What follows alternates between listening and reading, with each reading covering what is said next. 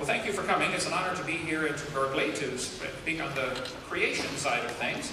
My name is Hovind. I taught high school science 15 years and now do seminars on creation, evolution, and dinosaurs. Paul contacted about 160 professors to see if they would debate. Nobody would. So I'm just going to speak for about an hour and then to open up for question and answer time. And if you have questions, please write them down. We'll be ready for it. And any questions are fair game if it's related to the creation topic, okay? Preferably on the topic of creation and evolution. Now, I am not against science, okay? I'm not against schools. I'm just simply against lies. And tonight I'm going to share with you some of the lies that are found in your textbooks that are used consistently to support the evolution theory. Okay, that's not my wife. It's just a picture of her. I have 3 kids, 1 of each. I have them all married off, and the dog died, so I made it. I'm home free. And 2.5 grandkids. I have 1 more coming up here in a few days.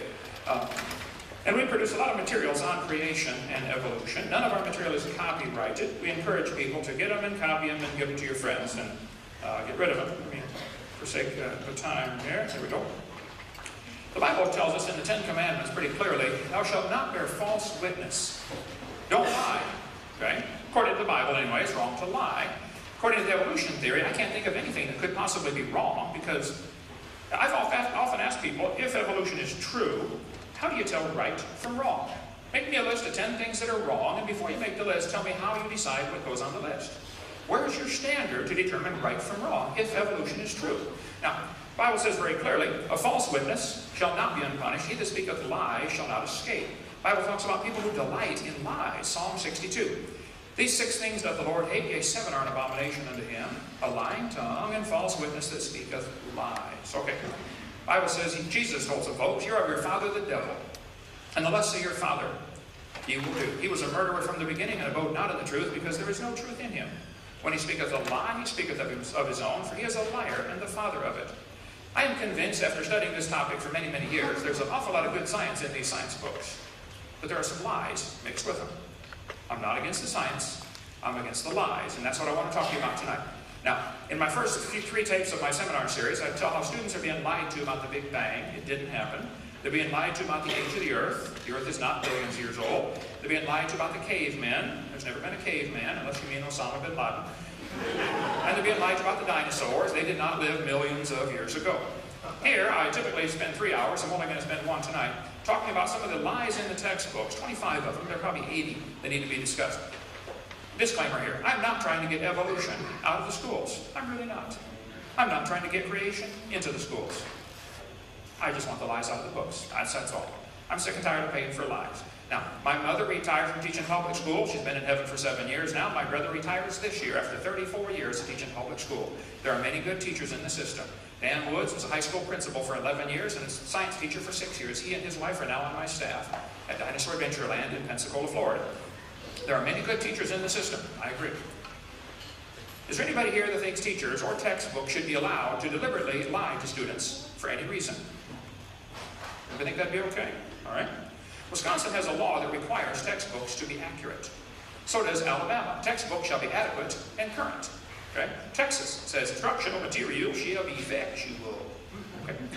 Florida has a law that requires accuracy of instructional material. So does California. California textbook shall be factually accurate and incorporate principles of instruction reflective of current and confirmed research. Minnesota says a teacher shall not deliberately suppress or distort subject matter. Those are all good laws. The problem is no states enforce them. Okay? 2 Peter warned us, knowing this verse, there shall come in the last days scoffers walking after their own lust. See, the reason people scoff at the Bible is not because of their science, it's because of their sin. Julian Huxley, Thomas Huxley's grandson, said, I suppose the reason we leapt at the origin of species was the idea of God interfered with our sexual mores. Ooh, well, at least he's honest. They just want freedom from God's authority over their life, and he admitted it, okay? Sir Arthur Keith, he wrote the foreword to Darwin's book when it was republished in 59.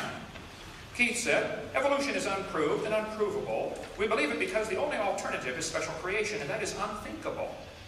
Well, Arthur, why would it be unthinkable to think there might be a creator? Well, Romans chapter 1 gives us the whole story. If you read the whole chapter, it's pretty interesting. It says, even as they did not like to retain God in their knowledge, God gave them over to a reprobate mind to do those things which are not convenient. Romans 1 is a very interesting chapter, by the way. Second Thessalonians tells us, for this cause God did send them a strong delusion that they should believe a lie. And if you believe you came from a rock 4.6 billion years ago, you have been deluded, okay? You have believed a strong delusion. You're welcome to believe that. You can believe anything you want. I don't care what you believe. But I'm just telling you, you're deluded if you think your grandpa was a rock. Now, evolutionists cannot silence their critics with logic. That's why they won't debate. Okay, and I'll come back at my expense and debate all the professors here at the same time on 3 simple conditions. I get half the time. If there's 20 of them and 1 of me, that's fine. I get half the time. Number 2, we talk about 1 topic at a time. Number 3, anybody can videotape it and use the tapes. Simple. They can't stop us with logic, so they disrupt, distract, use legal pressure, or silence the messenger. Shut this guy up somehow. Here's an atheist forum just 2 days ago going around the internet. His supporters would be doing their best to pack the audience. You do the same. This is atheists talking to each other. Maybe Mike's in the crowd here. This will make it more interesting, as Hovind is a master debater and can have a creationist audience in the palm of his hand, so to speak. Having an audience containing an element hostile to his propaganda will put him off his stride. Loud laughter every time he tells a whopper, or just a collective audible intake of breath, may have the desired effect on him. But a 50 caliber machine gun may not be quite the thing for this job. You want to leave the audience members intact if possible. Otherwise, you're going to create a lot of bad feeling on every side. Why spray all those bullets around? David said. Responding to the previous, why? They're all creationists anyway. I'm still going with the artillery shell, Lenny Flank said. Also responding, well, whatever does the job is fine with me. I just thought of using a large caliber would let him leave the final stage with a real bang. After all, it will be the only honest thing he'll ever do on stage, no? But what worries me in this case is that someone may decide this is the American solution to Hovind. For all that, he is a slimy piece of intellectual crap. This is, after all, an intellectual dispute. Threatening to harm him is not appropriate, nor not legitimate, and not good policy. Where do you stop? Shall we shoot door-to-door evangelists whose ideas we don't like? Jokes have this nasty tendency to turn into actions, John Wilkins writes. True enough, I was only thinking the effect of a 50 caliber anti-personnel round can have on the human body at close range might scare even an audience of creationists into reconsidering their views. Too few of us have a really good appreciation for human internal anatomy, if you ask me. Let me show you something here. This is the same exact mentality the Catholic Church had toward people who disagreed with them just a few hundred years ago when they tortured people and tried to scare everybody else into accepting the Church's dogma. There are people who really honestly want to scare people into accepting the evolution dogma because they don't have any evidence to support it, okay? Now, the Bible tells us the scoffers are going to say, where is the promise of his coming? Since the fathers fell asleep, all things continue as they were from the beginning of the creation. For this they willingly are ignorant of. The scoffers are willingly ignorant. In the Greek, that means done on purpose. Okay? They're willingly ignorant of 2 things. Number 1, that by the word of God, the heavens were of old. They don't want to believe God created this place because then that means he owns it. That means there might be some rules. You know, like thou shalt not. They don't want those rules. They don't want anybody telling them what to do. They're ignorant of how God made the heavens and the earth. Also, the Bible says, whereby the world that then was, being overflowed with water, perished. They don't want to admit there was a flood, because that flood indicates God has the authority to judge his creation. Now, I want to share with you some of the lies in the textbooks, and tell you what I think ought to be done about it, and then we're going to take time for questions and answers. One of the biggest lies in the textbook started back in 1830, when they developed the geologic column. And they started telling everybody, each of the layers of rock that you see is a different age. The Cenozoic, Mesozoic, Paleozoic, Archeozoic, all this was invented out of the clear blue sky. Most of the names come from England, Devonian, from Devonshire, and Cretaceous from Cretia for chalk. The chalk layers over there in England. The geologic column doesn't exist any place on Earth except the textbooks. Now, Charles Darwin didn't like the round numbers. He said that the Weldian deposits in England were 306,662,400 years old. How he knows that is anybody's guess. But all over the world, this petrified trees like this one are found standing up, connecting different rock layers. Here we've been teaching the kids for years, these layers are different ages, and yet thousands of these petrified trees have been found in the vertical position. Now, I taught earth science for a long time. I'm telling you folks, it's just not common sense to say the layers are different ages if you have a petrified tree standing up, connecting them all. Let me get my hyperlink to work here. Oh, there it is. There are thousands of these. We have a brochure you can get for $2. It contains 30 colored pictures of petrified trees standing up, running through many layers of strata. So if somebody tells you the layers are different ages, I say, I'm sorry, I simply disagree.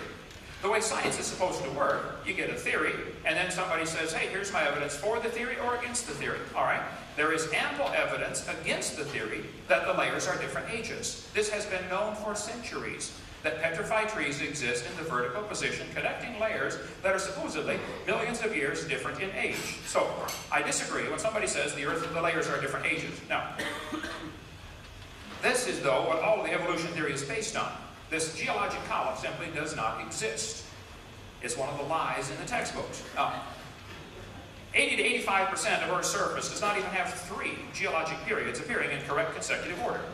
It becomes an overall exercise of gargantuan special pleading and imagination for the evolutionary uniformitarian paradigm to maintain there ever were geologic periods. The whole thing is baloney. Even though this geologic column does not exist, that's what changed people's worldview back in the early 1800s. People began to doubt the creation view of history, because that's what was commonly taught in the early 1800s, and they began to believe the Earth is millions of years old. This teaching of the geologic column especially affected a young theology major who just graduated from Bible college to be a preacher. His name was Charles Darwin. Darwin graduated from Bible college to be a pastor at the church in the Church of England. He sailed around on board the Beagle for 5 years, and he collected bugs. While he was sailing around, he brought some books with him to read. He brought Charles Lyell's book that talked about the geologic column, and that's the book that destroyed his faith. It changed his life forever. Darwin later wrote to his friend and said, disbelief crept over me on a very slow rate, but at last complete, I felt no distress. He slowly lost his faith in the Bible. As Darwin sailed around the world, he came to these islands called the Galapagos Islands. There he noticed there were 14 varieties of finches. He shot many, many birds. Darwin shot an awful lot of birds. He didn't like birds because he liked worms. He thought it was kind of mean for the bird to eat the worm. So he shot a lot of birds and stuffed them and collected them. Had a huge collection of stuffed birds. And the ultimate environmentalist of his day. Darwin looked at all these birds and said, you know what, I think these 14 varieties of finches had a common ancestor. I bet you're right, Charlie. It was a bird. Well, the Grants went over there and studied them for 20 years. And they found out during wet years and dry years, the beaks get thicker during dry years and thinner during wet years. By, notice this, by 1/10 of 1 millimeter. 1/10 of a millimeter difference in average beak thickness from wet years to dry years. Okay. That's the evidence that we all came from a rock 4.6 billion years ago. Darwin then wrote in his book, after studying these birds and other things around the world, he said, you know, maybe these 14 kinds of birds had a common ancestor, and that proves that birds are related to bananas.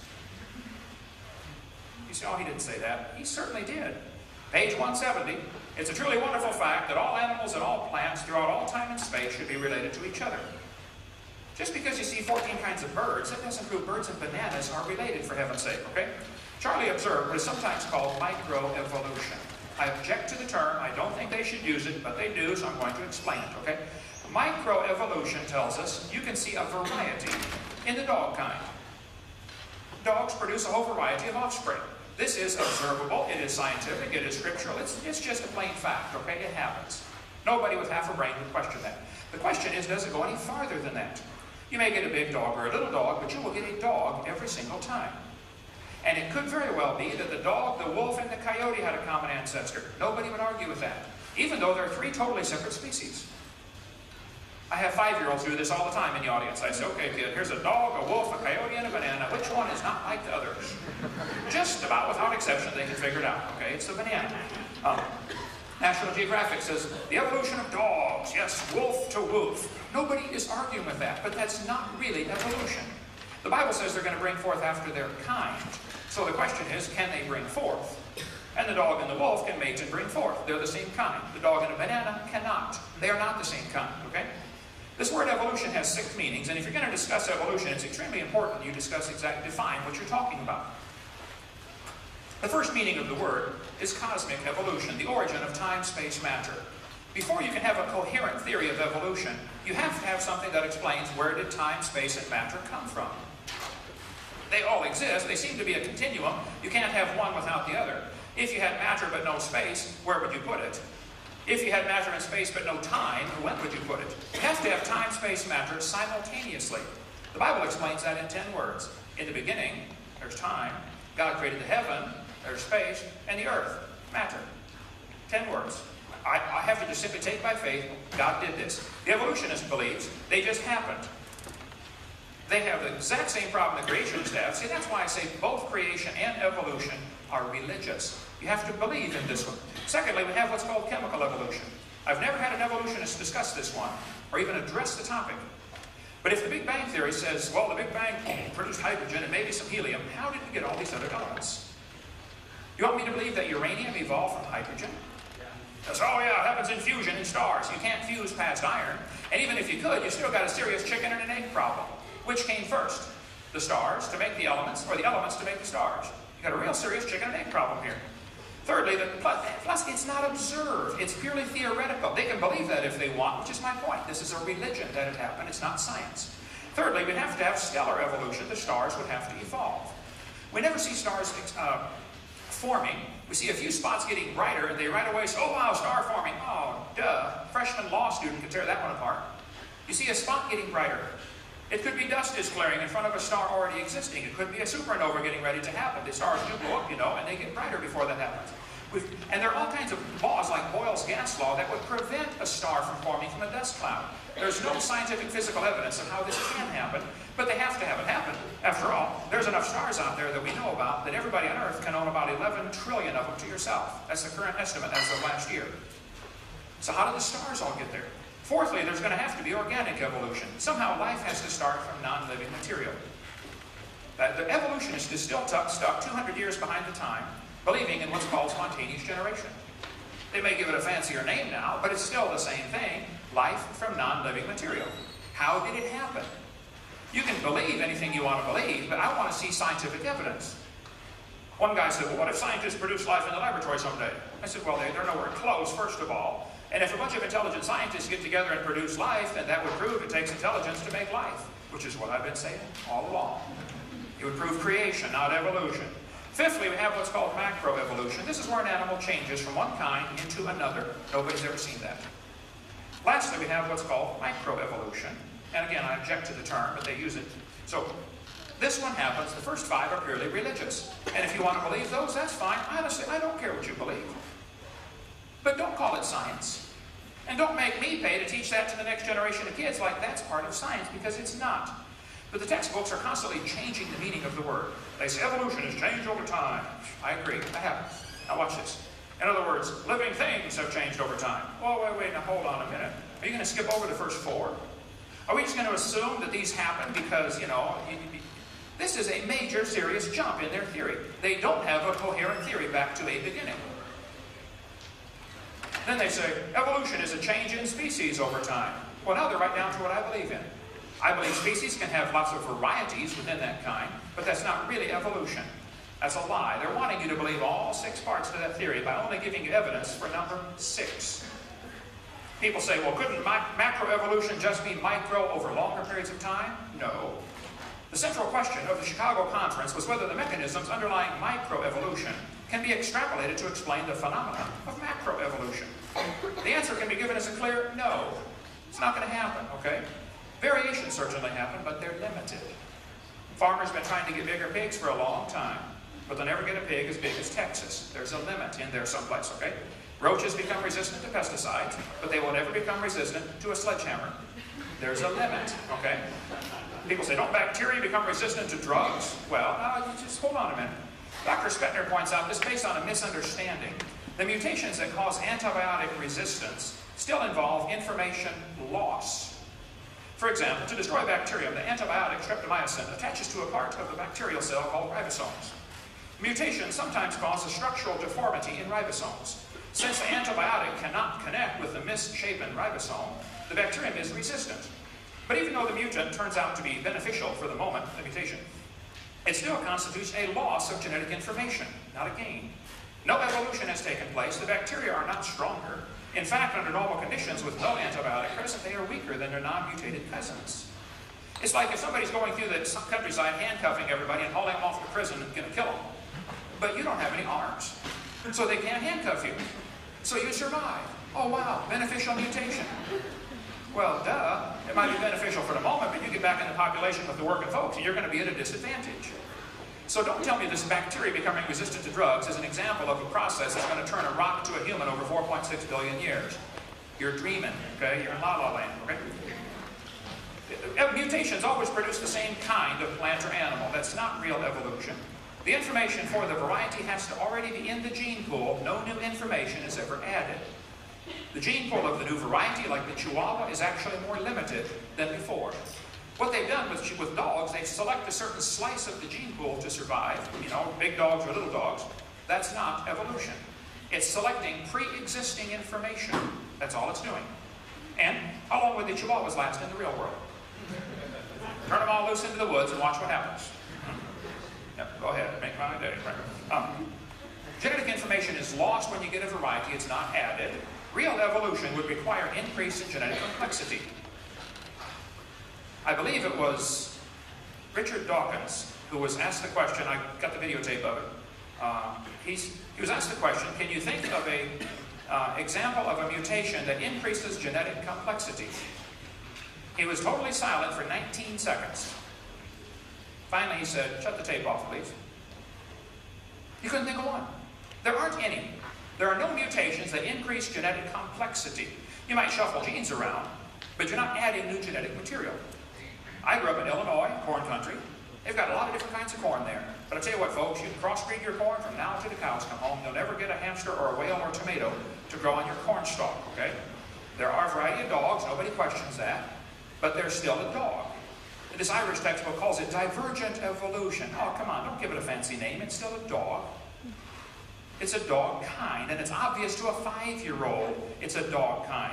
This Mexican textbook says, oh yeah, horses and zebras evolved from a common ancestor. That's not evolution, it's still a horse, okay? And there are little bitty horses and big horses today. We had the world's smallest horse visit our dinosaur adventure land. Talk about useless. Can't ride it. Well, my granddaughter rode it, but it won't work. See, horses, zebras, and asses can all be crossbred, and they get zorses, zonkies, zeonies, z-dogs, and chebras. Well, that's because the horse, the zebra, and the ass and the pony are all the same kind of animal.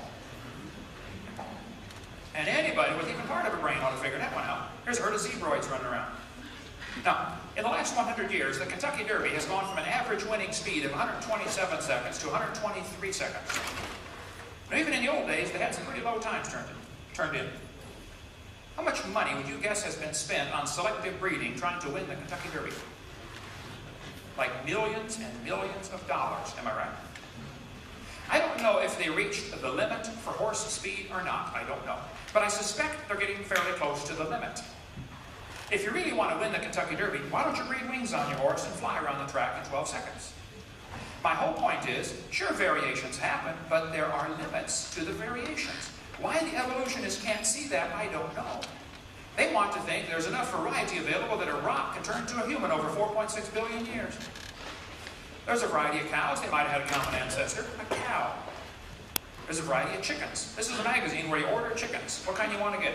You want to get red rocks, white rocks, cherry eggers, brown leghorns, golden comets? What the magazine says, the jumbo fowl are the original bird from which all varieties and strains of domesticated chickens are derived.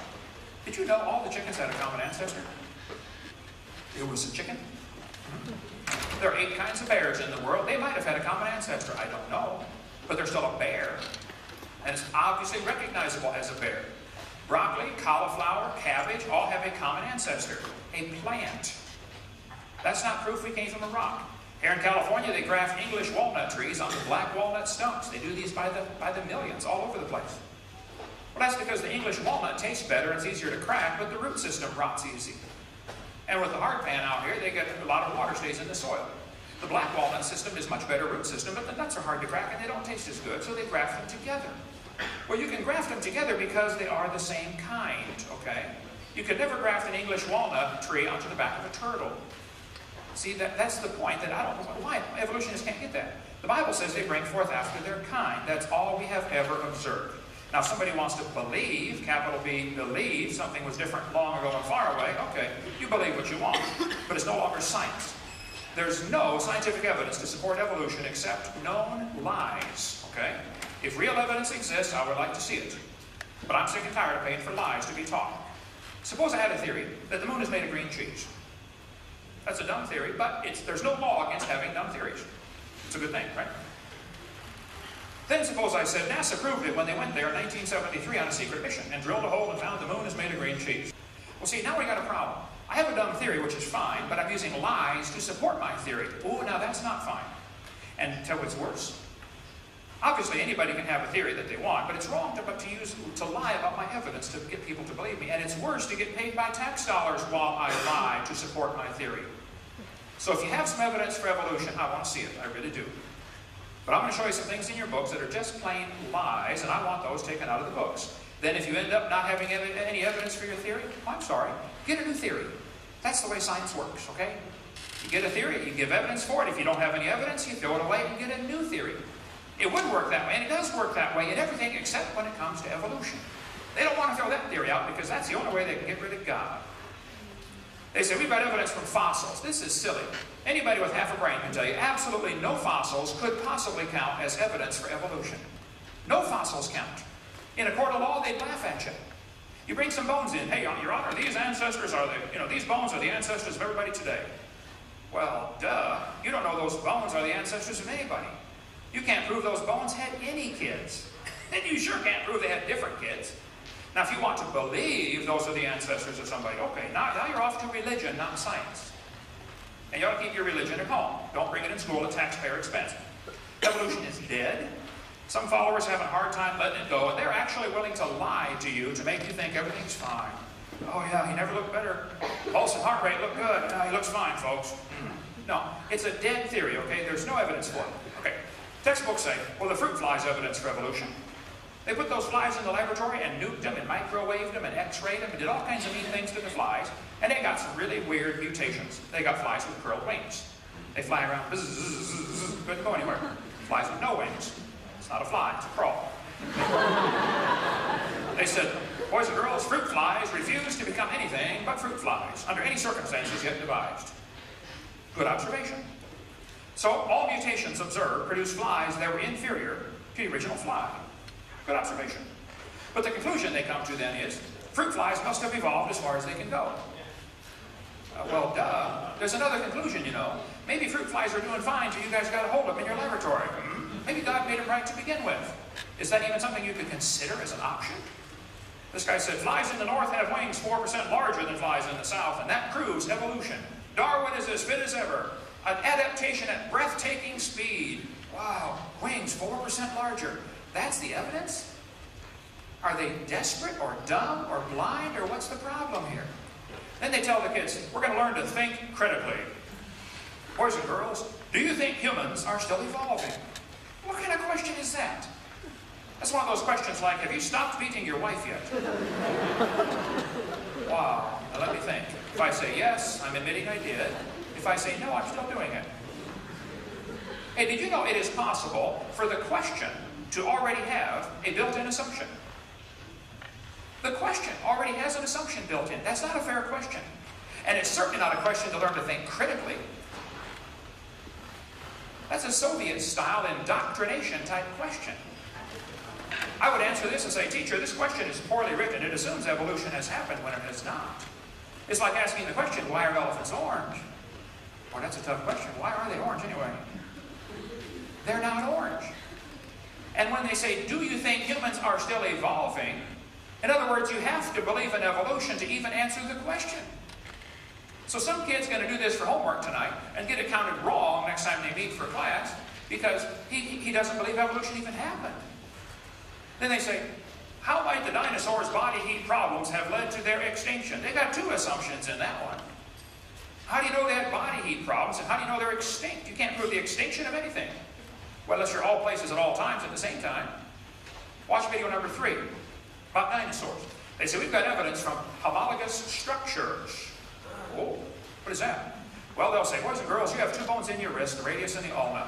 Yep, I see that. And the alligator has 2 bones in his wrist. And look at this, they're called the radius and the ulna. See that, boys and girls? That proves we are related to an alligator. That's what they're telling them. These homologous structures provide evidence that these animals evolved from a common ancestor. A seal's flipper and a human arm have very different functions. I agree. What evidence might help show that both structures evolved from a forelimb of a common ancestor? This is thinking critically? Duh. Maybe they have similar structures because they have a common designer. Is that even considerable as an option? They say, well, we're going to take a course on comparative anatomy. The bird, the horse, and the human have similar forelimb structures. Yes, boys and girls, comparative anatomy provides further evidence of evolution.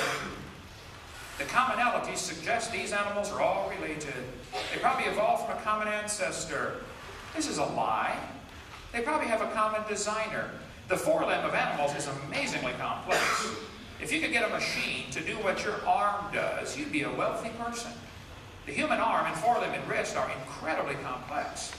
But textbooks all over the world, I was in Germany last week, same thing. They teach the kids, this is evidence for evolution. No, they develop from different genes in the chromosomes. Evolutionists can't explain this and seldom discuss it. Why are these homologous structures coming from different genes? They'll say, oh, it's convergent evolution. Well, then you're making up a story. It's not science. We don't observe that, okay? Similar design might prove the same designer made him. The lug nuts from a Pontiac will fit on a Chevy. You can go try it. They will. That proves they both evolved from a Honda 14 million years ago. See, it's an example of getting good observation and coming to the wrong conclusion. It's true many animals have a similar forelimb structure. I agree. They'll say this, they must have had a common ancestor. Oh, now I disagree. It doesn't prove that at all. This helps prove we all came from a rock. Well, now you're really going off your rocker on that one. They say, we've got evidence from development. Yes, boys and girls, the similarity between early stages in development of many different animals helped convince Darwin that all forms of life shared common ancestors. Darwin considered this by far the strongest single class of facts in favor of his theory. Ernst Haeckel, who made up this whole stupid idea, called it the biogenetic law. He said, yes, as the babies develop inside the mother, they go through the stages of evolution again. Fish, amphibian, reptile, mammal. Just memorize the word farm and you got it. It's called ontogeny recapitulates phylogeny. This thing was only proven wrong in 1875. Okay? The evolutionary idea that sick-mind Freud relied on most heavily in the manuscript is the maxim that ontogeny recapitulates phylogeny. That is, the development of the individual recapitulates the evolution of the entire species. This is what was taught in 1869, started by a guy named Ernst Haeckel. This textbook says, boys and girls, the presence of these fish-like structures in embryos of different species shows these animals have evolved from fish and share the basic pattern of fish development. It's as if the embryo retains a memory of its origins and starts to copy them during its development. These structures persist in adult fish. They say the embryo of a human has gills like a fish. Oh, you gotta be kidding. This is a lie proven wrong in 1875. It's not true. Those little folds of skin in the embryo develop into bones in the ear and glands in the throat. Go study your anatomy. They never have anything to do with breathing.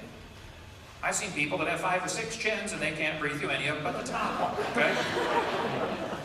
Haeckel said the turning point in his thinking was when he read Darwin's Origin of Species in 1860, the year it got translated to German.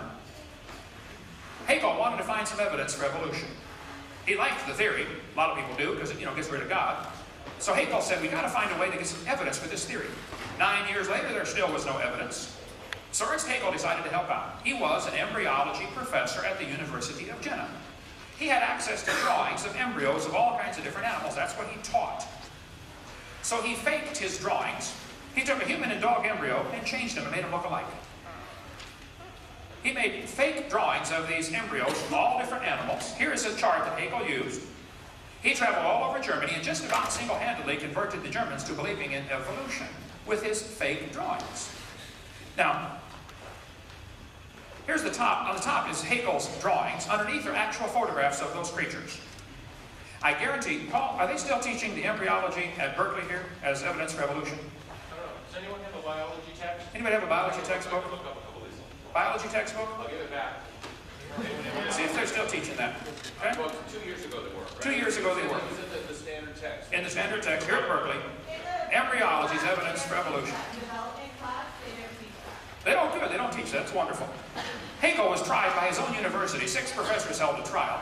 He confessed and said, well, I should feel utterly condemned were it not that hundreds of the best observers and biologists lie under the same charge. Everybody else lies, so I can lie too. This biogenetic law has become so deeply rooted in biological thought it cannot be weeded out in spite of its having demonstrated to be wrong. The biogenetic law is as dead as a doornail. Richardson at St. George's Medical Hospital in London said, Hegel confessed drawing from memory and was convicted of fraud at the University of Jena, but the drawings persist. That's the real mystery. They still keep teaching this. 1998, Pensacola, Florida, University of West Florida, was still using Hegel's exact chart. The exact chart Hegel drew is still used in the textbooks 125 years after it was proven wrong. Darwin wrote his book in 1859. Hegel faked the drawings in 1869. It was proven wrong in 1875, but they still teach it in textbooks all over America. Now, if they're not teaching it here at Berkeley, yay, I'm proud of you. It's about time. But this is the type of thing I'm talking about. They're using lies to support their theory. I debated Kenneth Miller, who teaches at Brown University, Rhode Island, on the radio. Debated him for 30 minutes. He won't do it again. I said, Dr. Miller, why are you still teaching embryology as evidence for evolution in your textbook? You know that it was proven wrong 125 years ago. He said, yes, and we're going to take it out of the next edition. Oh, it's about time. Now, I know it takes a while for textbooks to get up to date, but I think 125 years is long enough. But I checked his 2000 edition, and it was still in there. I don't know if it's in his 2004 edition or not, okay? But here's a 1998 edition still using the embryology as evidence for evolution. This one says, they have common ancestry because the presence of gills and tails, okay? Here's a 2000 textbook teaching biology is evidence for evolution from fish-like structures, okay? Here's a 2001 junior high textbook saying the similarities provide evidence that these three animals evolved from a common ancestor because of the tiny gill slits. Here's another 2001 Hope biology textbook saying they have gill slits, proof for evolution. Another one, 2001, another page says the gills of fish is evidence of evolution here. This is a college textbook used in Rutgers University. It says, similarly, because humans and fish embryo resemble each other, because humans and fish share a common ancestry. They have tail and gill pouches. Interesting. 2004, this year, Hope biology textbook, says the evolutionary history of organisms is seen in the development of embryos. Folks, this is a lie. Now listen, if you have evidence for evolution, I would like to see it. Honestly. But I'm sick and tired of them teaching lies to support their theory. Where's the real evidence? Here's 2004 biology textbook saying these shows these organisms must have a common ancestor. What? Similar forelimb structure and gills? Evidence from anatomy? Evidence from embryology? Look, if you got evidence, show it to me, okay? But don't lie to me. This textbook says if you have a 5 to 6 week human embryo, then it says by 7 months, the fetus looks from the outside like a tiny normal baby, but it's not. It's not a baby at 7 months. Hello? It's a human at conception.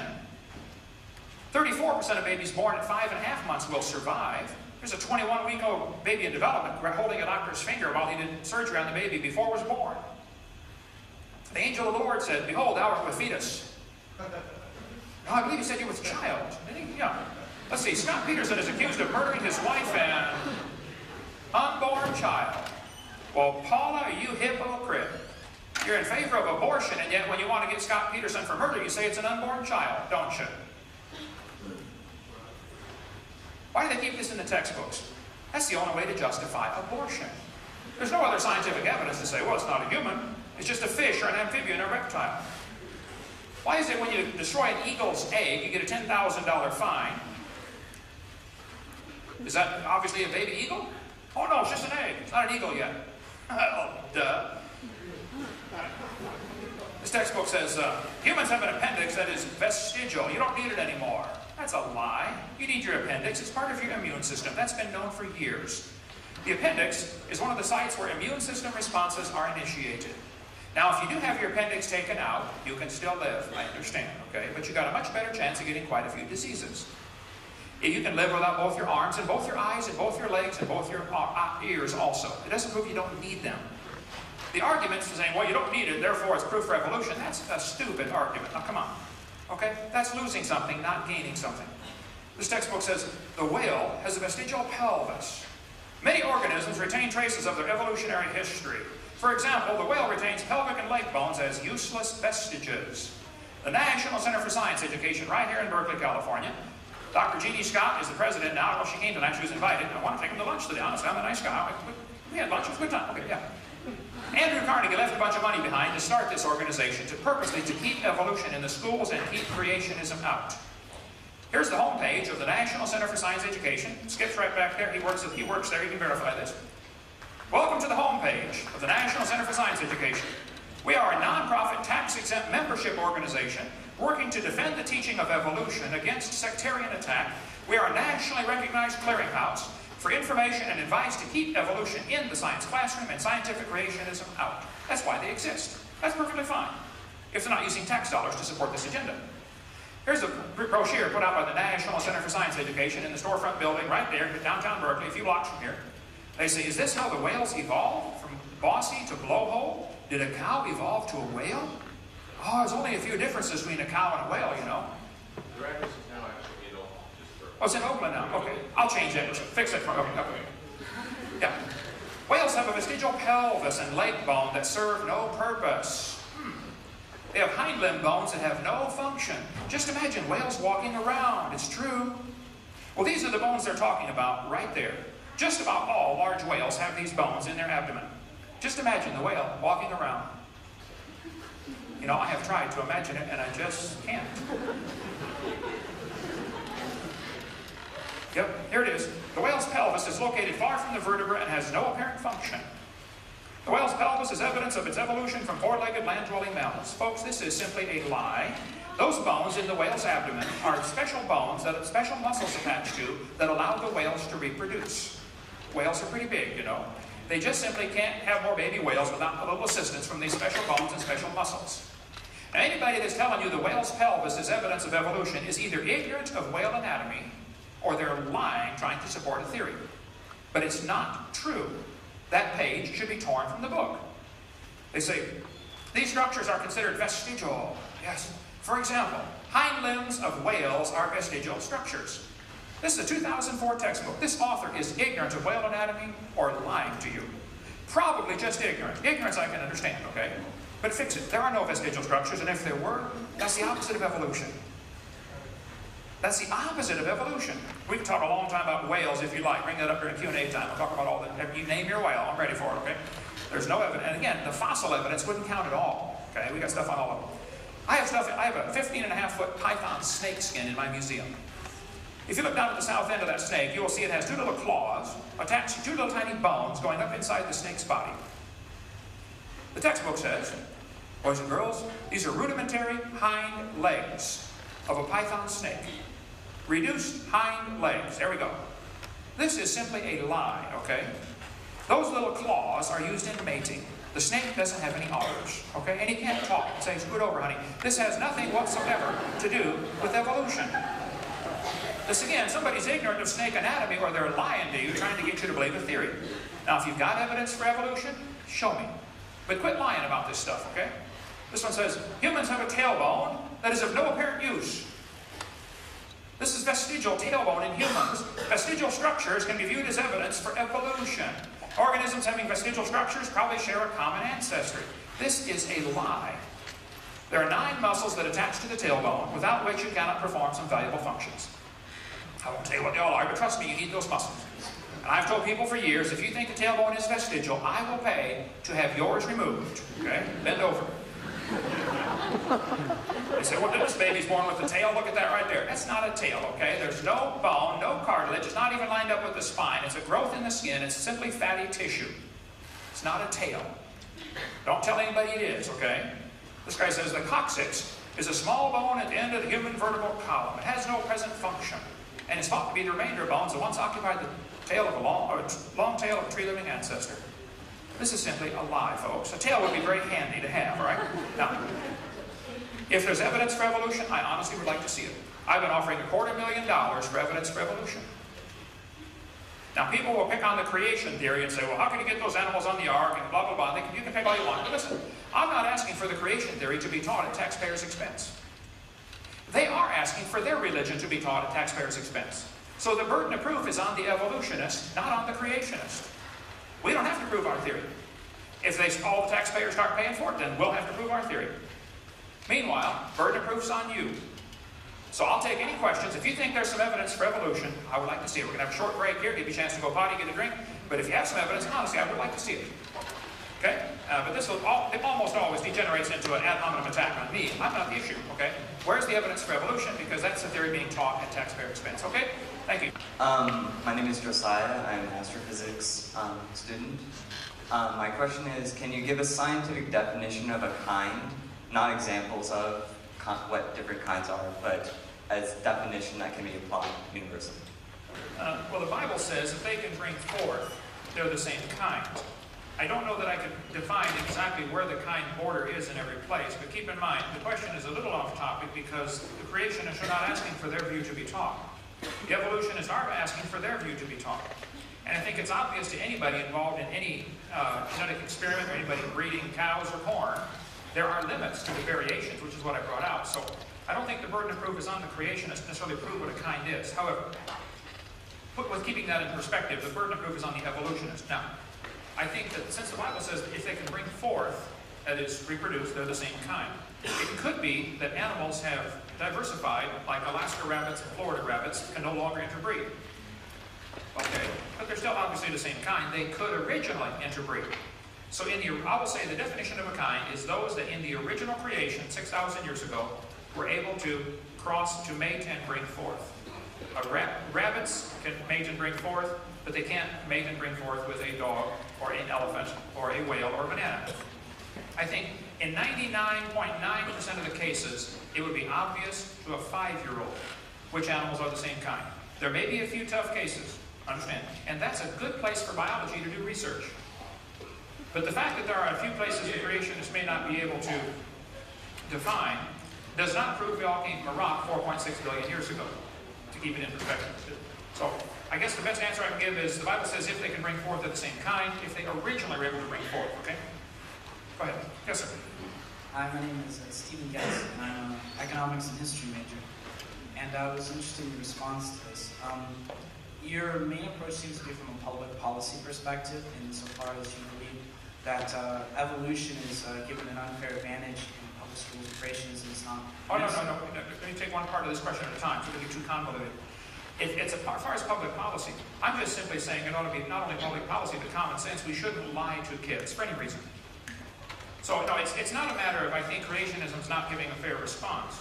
I think evolution is I think lies are being taught to support the evolution theory, so don't misconstrue my position. Okay? I accept that. Okay. Given that, I would also like to say that science, as I was taught in school, tends to believe in theories. And insofar as I can explain that, I'd like to say this. Newtonian physics was believed by Sir Isaac Newton to be the explanation of the motion of bodies. At a later point, Einstein found that theory of relativity better explained and explained why Newton was true. So science, you could say, has a series of theories which we teach a certain paradigm to students. And at a time when a theory becomes disproven, we therefore explain, okay, why were elements of the previous theory correct? Now, I don't see why the theory of evolution being taught in the schools is wrong, because if there was a possibility that the scientific method, for example, proves the theory of evolution wrong, why do we not simply displace the theory of evolution just as Newtonian physics was? Right, so let's take one part of the question at a time, because it'll get too convoluted, okay?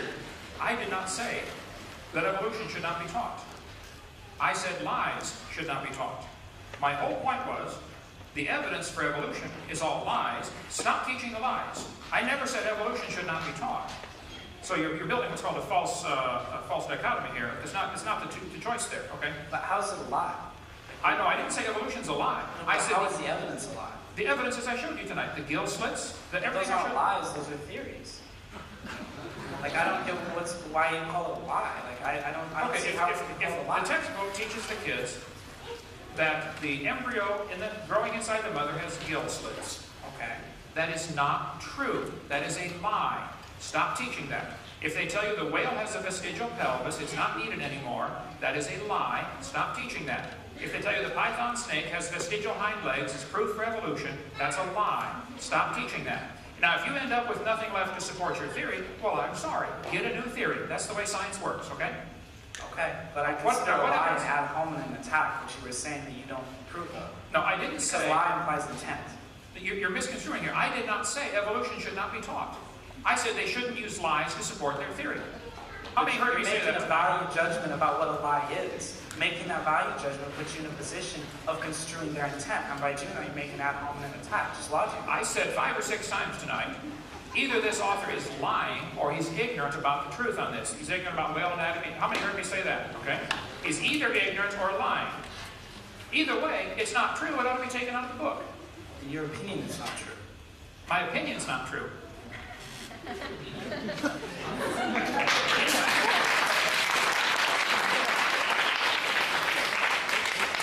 Hi, my name's Adam. I'm a chemical biology major, but I don't want to ask you about that kind of stuff. I was just kind of curious, at the beginning of your presentation, one of your main points, I think, and I know you're saying that you're not saying that evolution shouldn't be taught in schools and stuff like that, but you said one of the reasons why evolution is being taught is so that we can stop believing in God because we don't want any more rules. Okay, now, let me take one part of this question at a time. Okay. I agree. That is my opinion. Okay. That's the reason people choose that theory. However, I did not at any time say tonight that evolution should not be taught. Right. I said they shouldn't use lies to support their theory, and we need to define what we're talking about. This word evolution has quite a few different levels or stages or phases, and I named the 6 that I classified it by. So the first 5 are purely religious. They are not scientific, and they should not be taught as part of science. Nor should lies be used to support a theory. Simple. So go ahead. Take one topic at a time. Okay, so I was just wondering, like, if you would be in favor of any type of creationism, or specifically like Christian Bible-related creationism.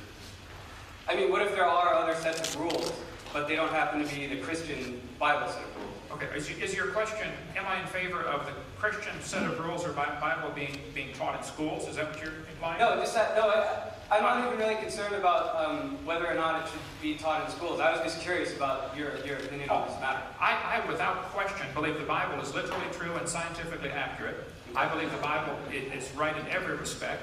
I believe that is the basis for the foundation for our moral system. That's the foundation for our country 225 years ago. But I'm not asking for that to be taught in the schools. Right. So the burden of proof is not on me. Right. No, I was just asking your opinion on that. Sure. No, I believe the Bible is true. And So if you were to have a creationist school, right, where it was taught, would it teach all kinds of creationism or simply Christian creationism? Well, I don't think it's possible to have any type of school without some kind of morals being introduced. Just teaching in general automatically implies morals. You can't say this is wrong or 2 + 2 is 4. Right. That's your opinion. Right. Okay. But I'm saying, what if you have one moral system versus another moral system? Well, that's why the bigger question comes up. Should we have public schools, number one? Okay. If we should have them, if we should even have them, then what should be taught? I mean, in a Muslim school, they're going to teach the kids one thing. In a Buddhist school, they're going to teach what they want taught. What if everybody went to private schools and everybody taught what they really? It goes back much further than this. Who has the responsibility to educate? It's the parents, not the state. When you descend into a state-run institution, the state's going to impose their morals. And what we have here is a state institution imposing their morals. So really, all the parents should educate their children, or if they want to get together in a collective school of Mennonites or Amish or Buddhists or Catholics, then they can have their own school. But what's happening here is all of the taxpayers of all faiths are being required to pay for one religion to be taught, evolution. I'm against it. That's what's not fair about it. Anybody else feel the same way? Let me say this. If somebody wants to teach evolution in schools, they should do it in a privately funded school where the kids have to pay and come learn it, and they can teach whatever they want. Okay, and do you think, this is just an additional question, do you think that the theory of evolution and having religious beliefs of any kind are completely mutually exclusive? I think that the biblical view of creation and evolution, depending on, you have to define evolution now. Are you talking about little microevolution, like I mentioned tonight, variations within the kind? I'm talking, just say, like the kind that is taught in schools, as far as the development of, like what you were talking about earlier. Okay, as far as the development of life forms today, from different life forms, animals changing to a different kind, where's the evidence for that? Who has ever seen a dog produce a non-dog, or a cow produce a non-cow? Yeah, that's not what I meant. I wanted to know, like, whether you think evolution and a faith in Christianity can be, whether they're necessarily mutually exclusive. Okay, again, you have to define what you mean by evolution, but right. I think that the first 5 kinds of evolution that I mentioned tonight are purely religious and are indeed contradictory to the creation view. There's no evidence for evolution anyway, so why would we compromise a perfectly good Bible with a dumb theory that has no evidence to support it? I would not accuse God of using a theory of using a process like that. Okay, God did not use blind chance, misfits, and death and suffering. It's certainly not the God of the Bible. I'll say that, okay? Right. But you have to presuppose a Christian God in order for that to happen. Correct. I agree. Okay, so you're presupposing a belief in Christianity. Right. That is my belief, and if somebody wants to believe that these first 5, they're welcome to believe them. However, they are not part of science. This is part of their religion, and that should be taught in private schools at private expense. I shouldn't have to pay for that to be taught like it's part of science. But right now, that is being taught as if it's part of science. So what is science? The word science means knowledge. That's the single word definition of it. The more expanded definition is knowledge gained by observation, experimentation, and testing.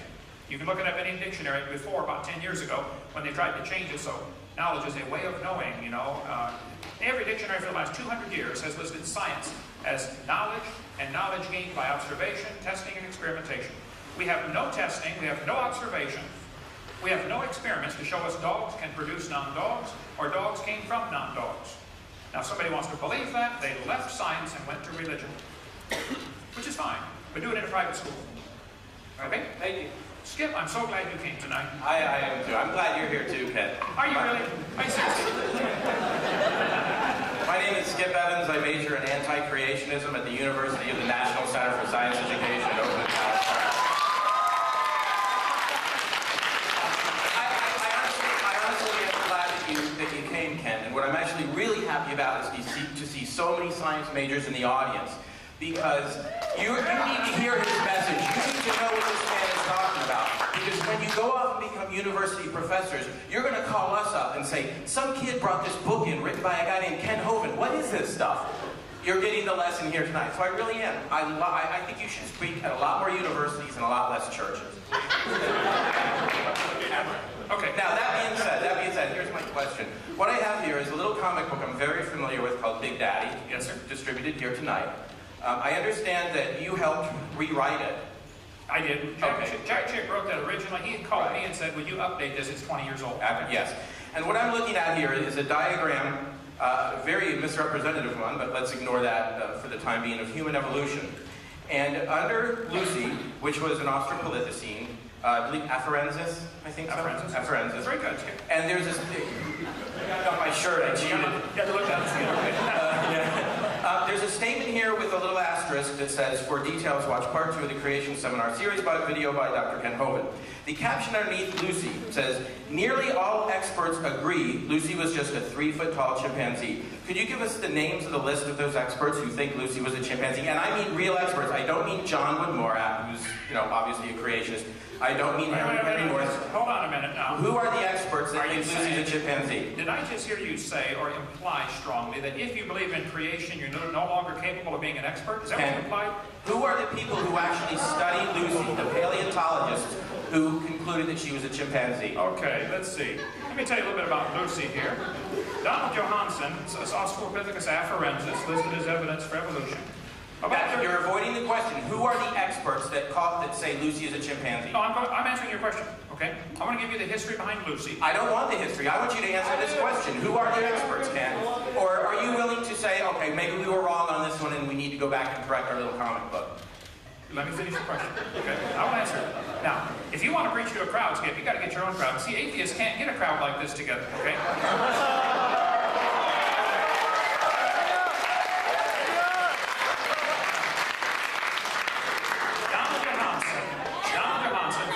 Actually, Ken, I would put it this way. You've got a big crowd of atheists here, I think. Okay.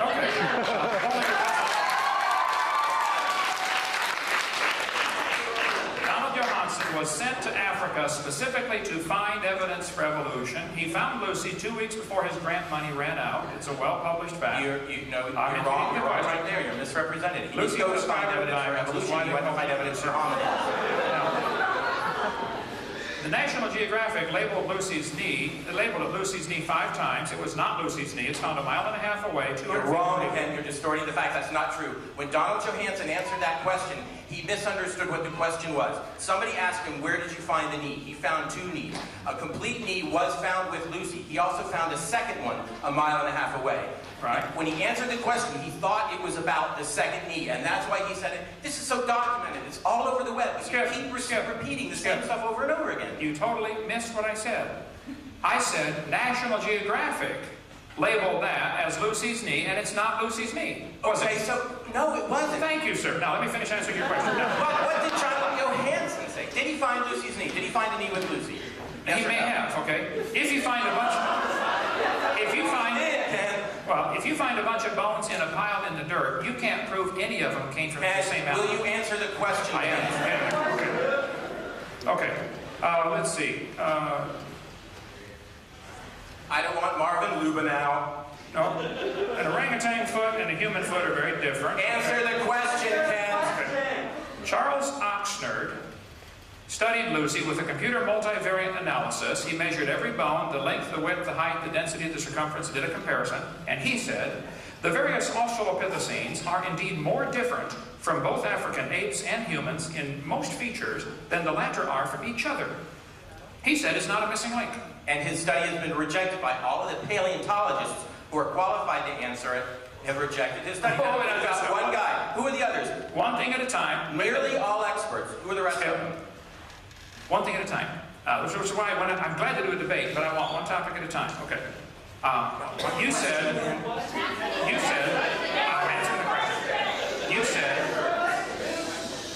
You said, is Charles Oxnard an evolutionist? He's not a paleontologist. So, did you imply by your last statement that anybody who doesn't think Lucy was a missing link is not qualified to talk about the subject? No, all I'm saying is I want you to answer the specific question. Nearly all experts. Who are these experts? You got one guy who's not a paleontologist. He's not a recognized, he's not even recognized in the field. Who are these other experts, Ken? Will you go ahead and correct us? Is it possible for a person to be an expert in paleontology and not believe Lucy was a I missing don't link? want to take up any more time, but I don't want anyone to miss it, that it was a basic, simple question on a claim that he published that he has no answer for. Okay, I have an answer.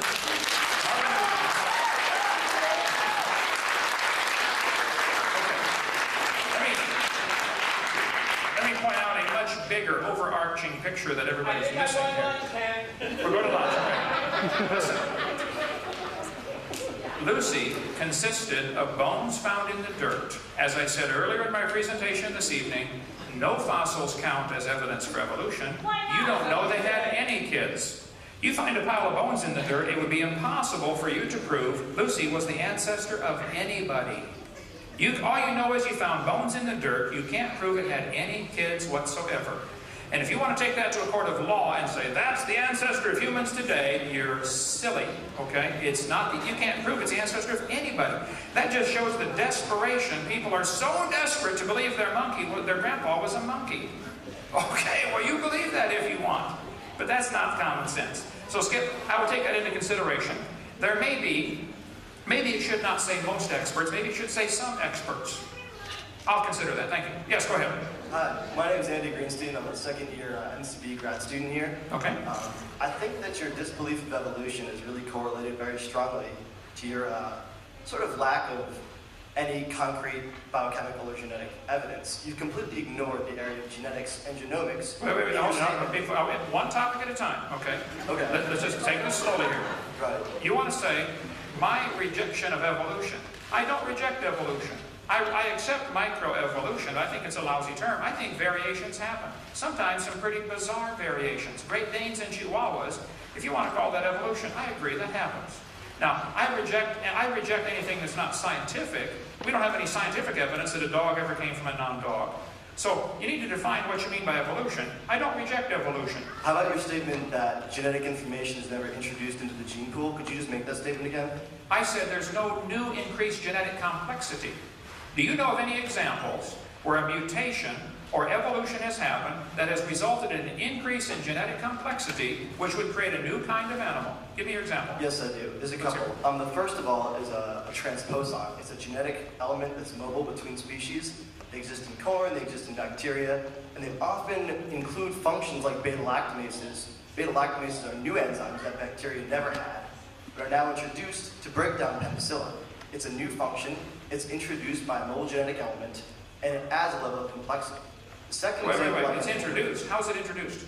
The genetic element is actually mobile. It can be introduced either by phage transduction. These are small viruses that carry genetic. So this happens naturally?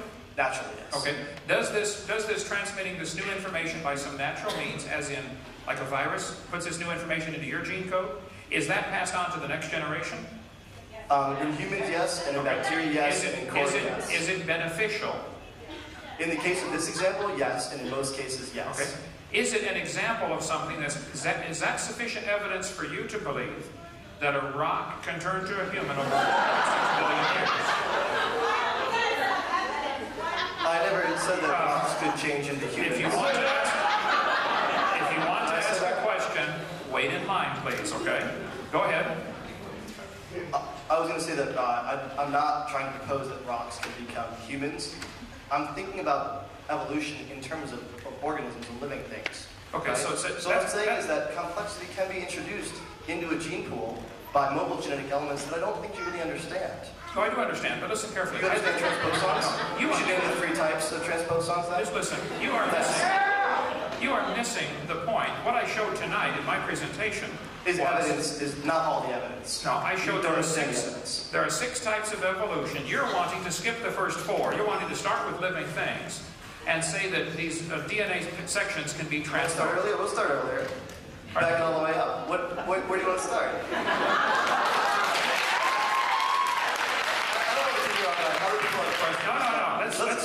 Let's finish this issue really quickly. Let's finish this one issue really quickly. I want to let you know that transposable elements carry new complexity to species. They can do things like add new functions like beta-lactamases that confer a specific advantage. Further, these things can increase complexity at the level of... Can you just finish this really quickly? Name an advantage.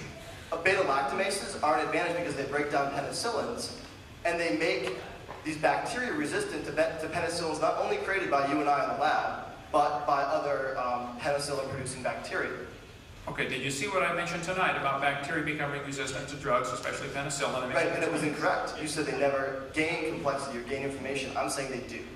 Okay, you're missing such a big picture here. Okay, where did this genetic information come from? Oh yes, you are. Okay, you're talking about taking already complex, incredibly complex genetic information and moving it. This does not at all help. How did the complexity get there? This is like taking a section of a program out of PowerPoint and it's somehow getting transposed into Microsoft Word. Okay, but they're both already complex programs. The DNA segments you're talking about moving around are incredibly complex. Complex to you. I mean, basically, complex is the ideal. How chemically complex is DNA really? And how difficult is it to make DNA from simple elements like carbon dioxide, ammonia, add a little lightning, add a little salt, add a little light energy? How long would it take? They've done it in the lab, not long. You're telling me, now, I want you to repeat that slowly. You're telling me that you take, DNA can be made very easily, you add a little something together, add a little salt. This was an experiment that was done a long time ago where they simulated. Yeah, I know it was done a long time ago. Miller and Urey experiment, okay? And it's been done many times since then. Let me show you what happened. Is this the experiment you're talking about? Let's see. Right here. Let's see. I'll get it. Okay. Yeah, okay. Right here. My mom would be mad. You're telling me you take a few gases and you run them through an electric spark and you're going to get the element. You think it's simple to make a DNA. That was your statement, I believe. I'm saying it's not that complex a molecule in the grand scheme the of DNA, molecules we've seen to exist in the universe. The DNA is not that complex of a molecule in the grand scheme of things. Is that what you said? Yes. Okay. They used methane, ammonia, water vapor, and hydrogen in this experiment, purposely excluding oxygen. And I'll explain why. This textbook says he discovered the bottom of the flask had a red goo that was rich in amino acids. Well, They didn't come close to making life. He excluded oxygen because he knew if there was any oxygen, it would oxidize whatever was created. The problem is, you can't get life to evolve with oxygen. Okay, it's going to oxidize it. It's going to break it back down. Now, amino acids that try to combine are going to oxidize. The problem is ozone is made from oxygen, and ozone blocks UV light, and UV light destroys ammonia, and that's one of the gases he used. So you can't get life to evolve without oxygen. Your chemistry is way off. What I want to get back to is the transpose product. Don't make an accusation like that. I want to get back to what I was talking about in the first place and stay on topic. I'm telling you that there are elements of DNA that add complexity. I'm telling you that small morphological or small genetic changes encoded by these transposons can result in large morphological changes and even differences as drastic as mating type preferences, you know? Okay, now let's slow down, take this a little bit of time. You're telling me that DNA can be moved from one type of animal to another through either viruses or mosquitoes or wherever you want to move it, okay? And this results in a new kind of animal that is going to be, that process is sufficient to explain how a simple thing like what we consider simple like a paramecium can turn into a different kind of animal like a whale or something else over billions of years. This is only hard for you to imagine because you don't understand it. That's what I'm going to finish with. Wait. I mean, it's hard for me to imagine because I don't understand it. It's not an insult. I'm saying a lot of people don't understand it. I'm trying to understand it. But see, you're missing such a big point. Okay, but you're missing such a big point. The point is, what you're referring to is something that is purely religious. You don't observe this. No, it's certainly observation. It's absolutely religious. Nobody observes any animal turn to a different kind of animal. Now, if you want to believe, okay, if you want to believe that, that's fine. But don't call it science.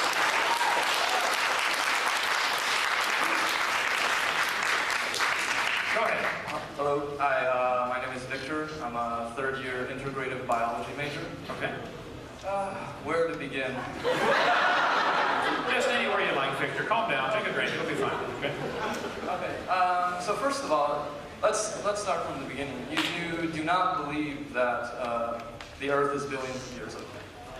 I don't believe the Earth is billions of years old, but that's not what I covered tonight. I covered the evidence for evolution has all that's been presented so far is lies.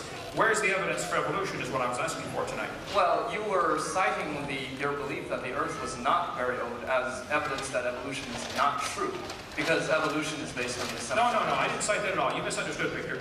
I never said the Earth is not billions of years old, therefore evolution is not true. What I said is, all of the evidence used to support this theory of evolution has been proven wrong. Where's the real evidence? I do happen to believe the Earth is not billions of years old, but that is unrelated to the discussion. Even if it was billions of years old, that's no help for the evolutionist. That's only the first obstacle they have to overcome. Now, if you want to discuss the age of the Earth, we certainly can, but keep in mind, I am not asking for my belief to be taught at taxpayers' expense. They are. So, the burden of proof is on the evolutionist, not on me. But go ahead. Okay, fair, but in order to explain evolution, you would have to believe that the Earth is billions of years old. That's what I said. The first obstacle, you have to have billions of years to make this theory look even consider reasonable. Right, I agree. And we have very good proof that it is billions of years old. Okay, you're welcome to believe that. So, do you not believe in carbon dating and argon dating? Which one would you like to discuss? Carbon dating or argon dating? Or both, if you want. Okay. Well, I do know a little bit about this. Let's see. Potassium slowly decays to argon. The theory goes that since potassium is found in rock quite a bit and decays to argon, argon's a gas which would escape into the atmosphere. So they say, well, when a volcano erupts, it should reset the clock to 0, and we should have any lava flows, when they're fresh, should reset the clock. And this is how they date things by what's called an event horizon. You can look at any textbook. I'll show you here. Potassium decays at a pretty slow rate. 1.3 billion years is considered the half-life of potassium to argon. Okay? About 80% of potassium in a small sample of iron can be removed by distilled water in 4.5 hours. So, in conventional interpretation of potassium-argon age data, it's common to discard ages which are substantially too high or too low compared with the rest of the group, or with other available data such as the geologic time scale. There's my point. It has to be based on geologic time scale. The KBS Tough, for many years in all the science magazines, was dated between 212 and 230 million years old based on potassium-argon dating.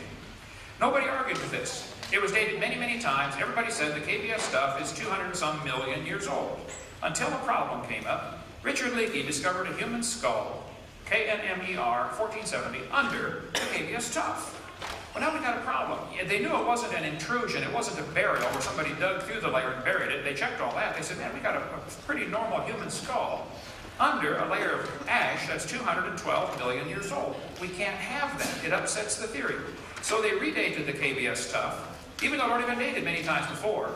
They never would have checked it had it not been for this fossil that was found. Now they got ages from 0.5 to 2.6 million years old. I would like to point out two things. That's way down from 212. Secondly, that's still a 500% error. Half million to 2.6 million? We can talk a long time about that one, but the way they keep adding age to the Earth, okay? The Earth, if you want to believe it's billions of years old, that's fine, but I don't think you should use potassium-argon dating to do that, okay? A Hawaiian lava flow, 1801, a known eruption, was dated with potassium-argon dating at 1.6 million years old. It didn't work, okay? A Hawaiian lava flow, let's see, in 1959, they knew when the lava erupted. It's supposed to reset the clock. It's supposed to make an event horizon. Well, how come it's 8.5 million years old? Sicily, Mount Etna erupted. I was climbing on Mount Etna 2 years ago. It erupted 1964, gave a potassium-argon age of 700,000. The 1972 eruption gave an age of 350,000. Brand new lava from Mount St. Helens was potassium-argon dated, and it gave ages of 350,000 to 2.8 million from the same rock. This is brand new lava. So if you want to believe there are event horizons, you can believe that, okay? But rocks of known age, when you date it with potassium-argon dating, it doesn't work, okay? If you date a rock of unknown age, it is assumed to work. This is silly. Now, the potassium-argon dating for the KBS stuff is just one example. Here's how it's done. If you find a fossil underneath a layer of ash, the two layers of ash are called event horizons. Check your geology book, they'll tell you about this. And so the age of the fossil is bracketed by the two event horizons. I'm telling you, it's not accurate. This is not science. Somebody wants to believe that, that's fine. But see, one good experiment's worth a pound of theory any day. Okay, you can have all the theories you want about potassium decaying to argon slowly and the clocks being reset when the volcano erupts and leaves a layer of ash or lava. I understand the theory. In practice, it doesn't work. So I don't want to hear about it. Go ahead. Okay, you don't want to hear about it. Fine, well, I want to see some science. I show you the scientific evidence says it doesn't work. When they test it, it doesn't work. Now, you can tell me all you want about it, but and I'll listen to you. But if you want me to pay to teach that potassium-argon dating works, I'm sorry, I object. It doesn't work. It's been proven over and over it doesn't work. Okay, I'm not familiar with the sources that you're getting these things, so I will... Okay, now let me ask you a question. Would the source matter? If it was an evolutionist, would you believe it? And if it was a creationist, you wouldn't believe it? If the evidence is true, if it proves it, then I would believe whatever the proof shows. Okay, here we go. Here's the source right at the bottom of the screen. Look it up for yourself. All right, I will. These are all right on my website, drdino.com. The same thing with carbon dating. You have similar problems. And I have all the sources listed. If you don't believe me, I'll show you here. 1949, when they first invented it, the lower leg of a mammoth dated 15,000 years old, but the skin was 21,000. Living mollusk shells dated 300 years old in 1963. Science Magazine, volume 141, check it out, okay? And the 12th Nobel Symposium, they said if a carbon date supports our theories, we put it in the main text. If it does not entirely contradict them, we put it in a footnote. If it's completely out of date, we just drop it. They pick the dates they want. Freshly killed seal, carbon dated 1,300 years old, Antarctic Journal, volume 6, September 71. Still not working, 71. U.S. Geological Survey paper, which I've got, people have said that's not correct. We can talk about that if you like. Right? But they said baby mammoth was part of it was 40,000, and other parts 26,000. Same animal, getting two different dates. Anthropological Journal of Canada, 1981. They said no matter how useful it is, the radiocarbon method is still not capable of giving accurate and reliable results. There are gross discrepancies. The chronology is uneven and relative, and the accepted dates are actually selected dates. This whole blessed thing is nothing but 13th century alchemy. It all depends upon which funny paper you read. And again, I think you're missing a much bigger point, okay? Even if the Earth were billions of years old, that doesn't help the evolution theory. All it does is hide it long ago and far away like a fairy tale. It doesn't, we don't see any evidence for it today. Dogs are still producing dogs, and that's all we've ever seen. Now, anything else is something you believe off in La La Land, okay? But it's not science. So the age of the Earth is only the first obstacle. I don't think it can be overcome, and it certainly can't be overcome with carbon dating or potassium argon dating. But that's just the first obstacle. And I'm not, again, asking for my view to be taught. I'm asking for lies to be taken out of the books. Now, nobody yet tonight has come forward and defended any of the lies I shared tonight and said, that's not a lie, it's true.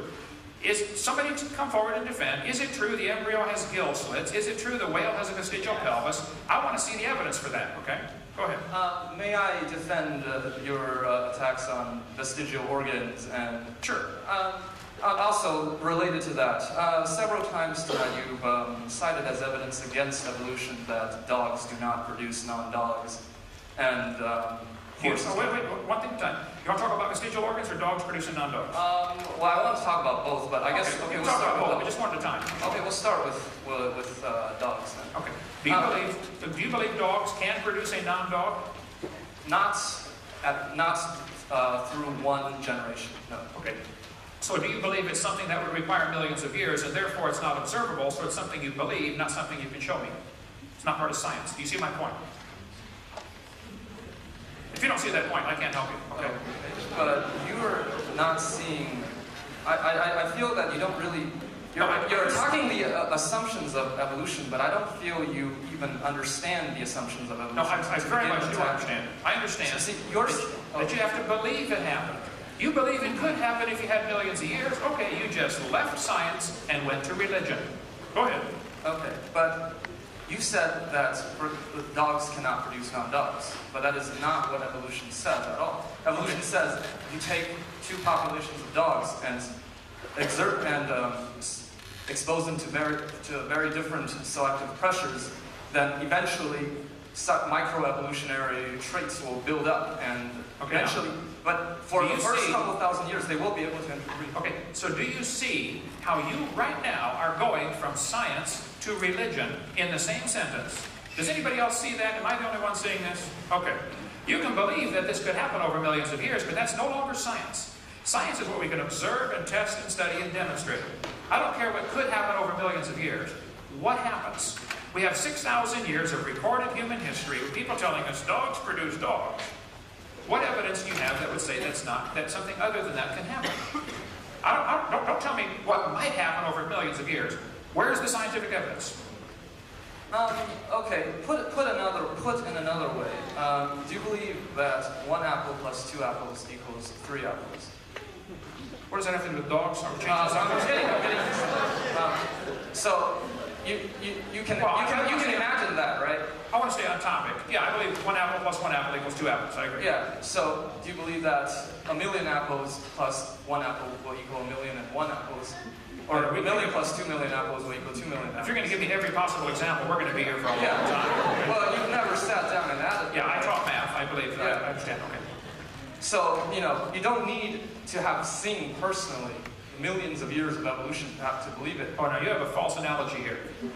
We have mathematical I've never seen 1,000,000 apples plus 1 apple equal 1,000,001, okay?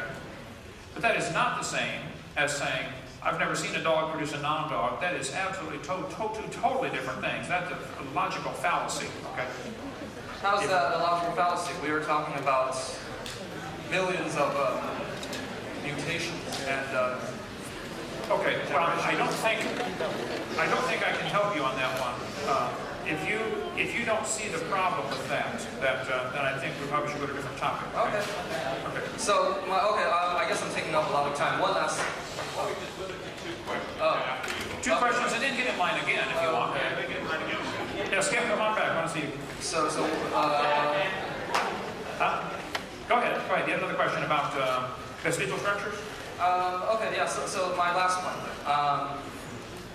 Are you aware that humans are not perfectly adapted to walking on 2 feet?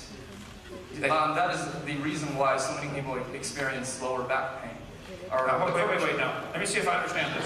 You're saying humans are not perfectly adapted to walking on 2 feet, and that's why we have lower back pain. And are you implying that is evidence we used to walk on 4s like an ape? Yes. Okay. Could it be there's our ancestors, we ourselves never did. Okay, there are an awful lot of people that do not experience lower back pain. There are cultures all over the world that don't have the lower back pain America does because maybe they have different dietary reasons or different exercise reasons, or maybe there's another reason for the lower back pain. If people have lower back pain, that would not be proof of an ape-like ancestor, and that would be the opposite of evolution.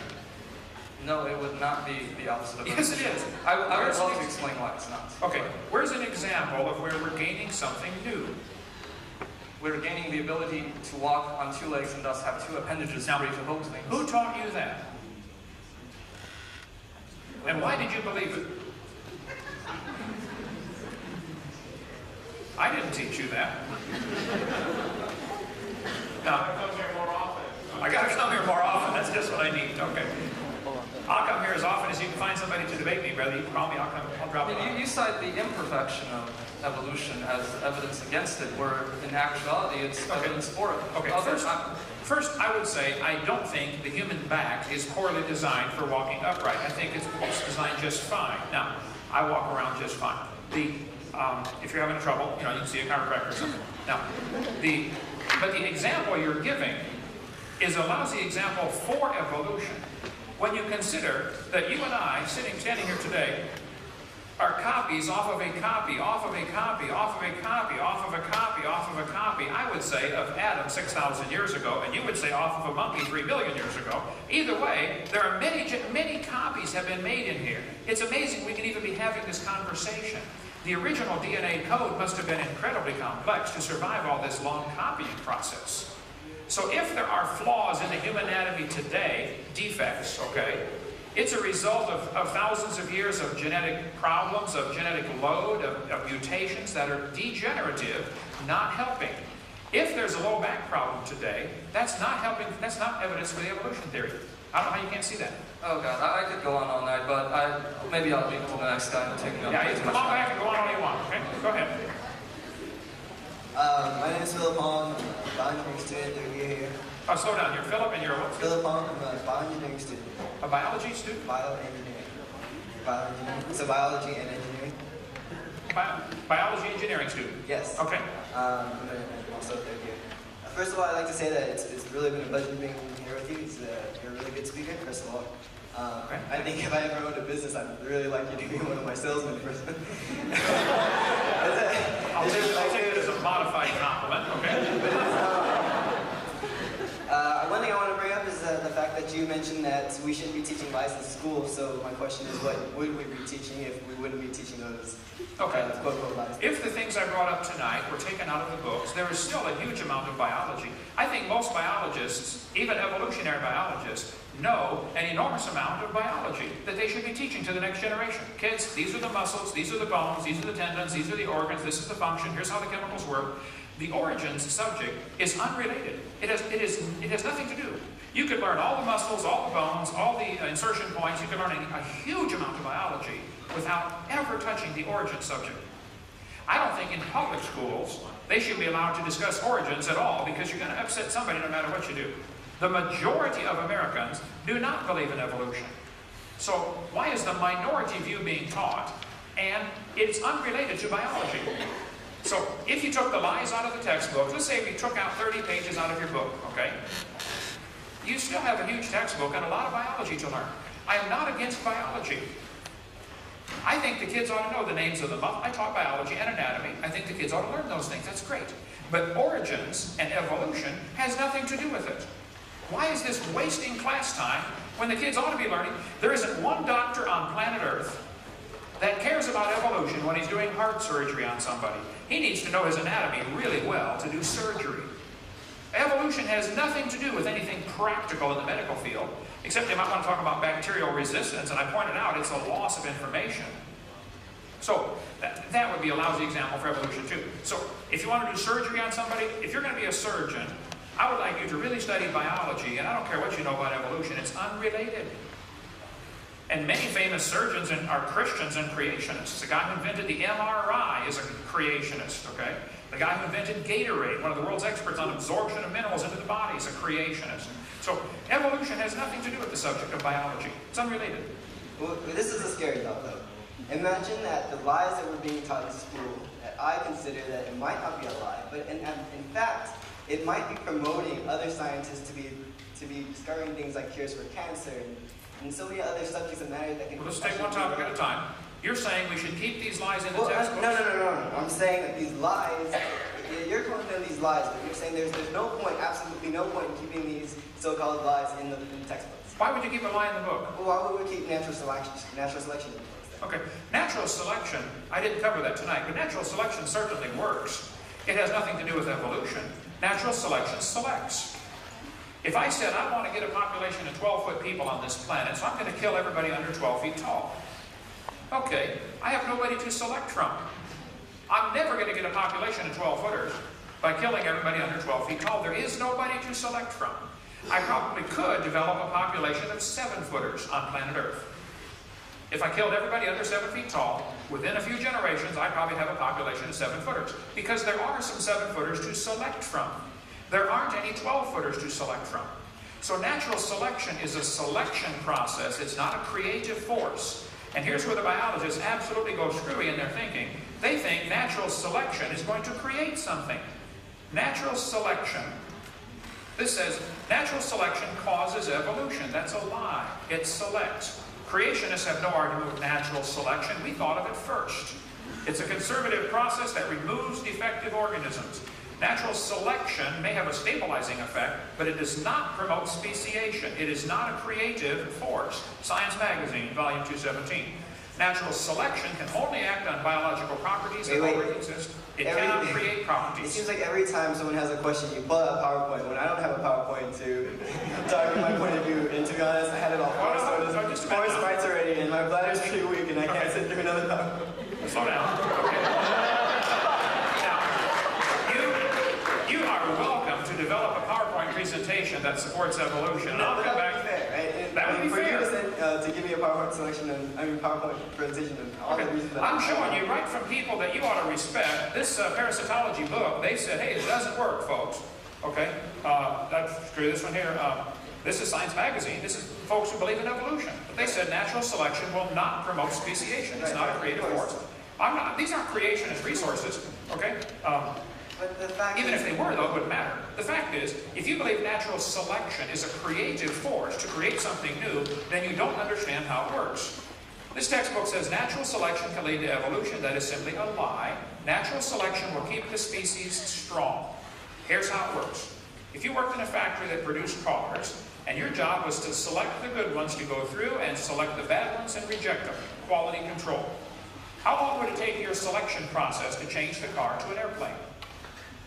Really fast. It won't happen. See, the design engineers change it to an airplane, okay? The problem is, all the species seem to have a natural tendency to produce the same type of offspring. If there's varieties that are too far off, too far bizarre, and too strange, some mutation happens, they're likely to be selected against. Natural selections, something's going to kill them, okay? If they can't run as fast or can't fly as fast or whatever, they're going to have some predator wipe them out. Okay, I agree. That's sad and tragic, but it happens. But natural selection is simply a stabilizing force. It's not a creative force. So, I agree with natural selection, but it doesn't help your theory at all. Well, my theory is basically that you're saying that lies shouldn't be in books, and I'm considering these lies as being observations that are written in books, and that everyone has the right to not read these textbooks if they don't want to. Well, wait, now, slow down. Now, one time. You're saying there are lies in the books, and everyone has a right to not read those books if they don't want to. Does everyone have the right to not pay for those books if they don't want to? Yeah, I think so. Do you think so? I think so. Good. Yeah, you're on my side then. Thank you, sir. That's all I want. Don't teach lies in the books. But we're not teaching lies in books. We're teaching observations in books. They're not Observations lead to creativity. Creativity leads to new science, and new sciences lead to truth. And the fact is, even if you say that that all these lies are in the books, right? These lies that we can't teach our kids. What are we supposed to substitute it for? Creational? No.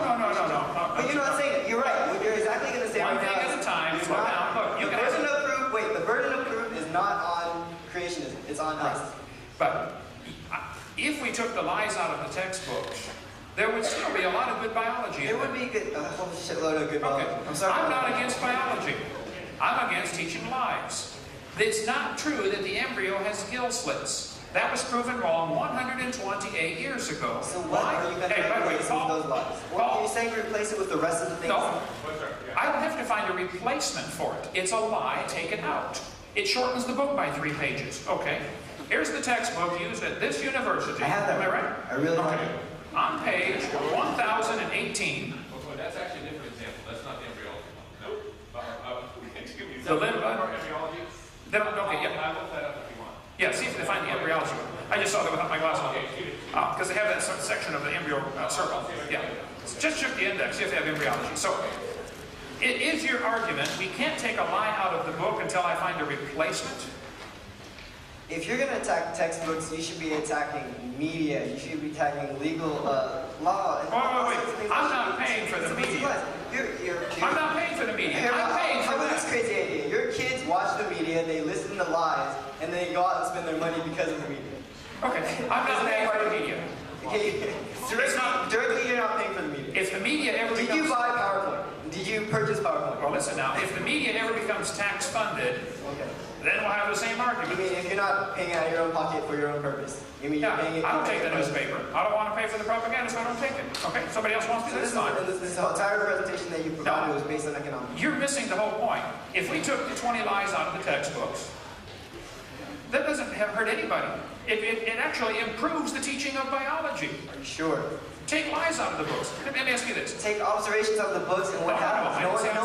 Everyone knows everything about skeleton muscles and your digestive system. I can read that over and over and over again, but that's not gonna make me want to be more intuitive and be more creative. And if I read something about vestigial organs and I'll be actually curious about it, because there isn't enough facts on vestigial organs. Because there are not enough facts doesn't mean it is a lie. Well, wait. So I'm gonna go ahead and study more about vestigial organs because the fact is I'm a scientist and I'm interested. But if you take out these so-called lies, you're limiting people. You're limiting education. That's basically what you're doing. Okay, you listen to what you said. If we take lies out of the textbooks, we're limiting education. Okay. Now, you need help, okay? And I'm here to help you. And the help that I'm going to get is going to be going to that door, which is the restroom. That's what's going to happen. Now, you can walk in and say, don't knock my projector off of it. Taking lies out of the textbooks is common sense.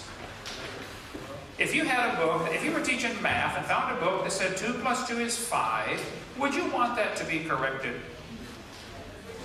Of course. Is taking that out of the textbook, stopping education? No, it's helping education. I want you to teach evolution if you use facts to back it up. I just don't want you to use lies to back it up, that's all. Go ahead. I would like to refer to fossils. I'm Timothy Underwood. I am a history major, and I am not a scientist. My knowledge of the question of evolution extends very little beyond general popularizations that you will find within the field. I would like to ask, you argue that all of the evidence for evolution that is put forth are lies. No. I did not say all of the evidence for evolution is lies, okay? And the things I pointed out are lies. Those all you need to be did removed. say. Okay. All of the evidence that I'm aware of that is typically used to support the evolution theory has been proven wrong. Take it out of the books. Now, if that leaves you with no evidence, I'm sorry. Get a new theory. That's one thing. Did you find gill slits in here? No, I found 2 other things. Okay, if gill slits is not in there, this is wonderful. That's a success. Berkeley is not teaching one of the 25 lies in the textbooks. Yay! Insects being resistant to insecticide. 47 of this book here, 6th edition, and it says under the title of examples of provide examples of natural selection provide evidence of evolution. So on page 437, if you go 2 pages over 439, wait, don't lose it. Okay, then we find the homology. That's on 439. Okay, so they're saying similar structures in the forelimbs is evidence for evolution. Okay, they're welcome to believe that. But similar structures in forelimbs might be evidence of a common designer. The Honda and the Toyota both have 4 wheels. That doesn't prove they came from a skateboard. It's a good design that works. So this is an example of propaganda, not science. This is right on topic here. If you're going to say majority opinion is how we're supposed to decide right from wrong. No, I'm going to say that the opinion of the geneticists is how we should decide whether they come from different chromosomes or not. Okay. The As opinion I recall, in of those which texts, geneticist? which I have read, written by geneticists, If say a geneticist- Richard Dawkins, Or or Richard Dawkins, yeah, he wouldn't debate me either. If a geneticist is a creationist, if I can find a geneticist that has a PhD in genetics who doesn't believe in evolution, and they say, hey, Hovind's right, this is not evidence for evolution, it might be evidence for a designer, would a creationist's opinion matter? Even if he had 10 PhDs, or is he automatically disqualified just because he's a creationist? You tell me. if he had 10 legitimate PhDs, his opinion would be valid. And it would be part of the question of going intellectual debate of consensus opinion within the scientific community. I.e. the vast majority of the scientists. I want to try to get you to see a bigger picture here. Okay. I want to try to get you to see a bigger picture. I have several people on my staff, I think 7, who are from the Soviet Union. Okay? Including my daughter-in-law. If a teacher stood up 10 years ago in the Soviet Union and said, kids, I don't think communism works. I think capitalism is a better system.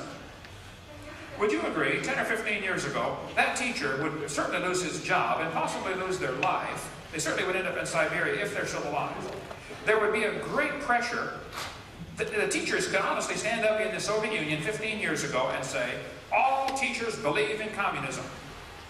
Yeah, because what happens if you don't? Okay? We've got the same exact pressure here in America, and I can show you 50 examples if you'd like, including Professor Dean Kenyon over at San Francisco State, where I was a couple hours ago, who nearly lost his job simply because he changed from being an evolutionist to being a creationist. They said, well, then you can't teach here. They took him from tenured professor to a lab assistant. I'll give you 50 examples in a minute if you'd like that. Now, I'm telling you, here at Berkeley University, the land of free speech, if a professor gets up and says, in a biology class, and says, kids, I have really doubts about this evolution theory. I think what we're teaching are lies. I don't think this stuff is true.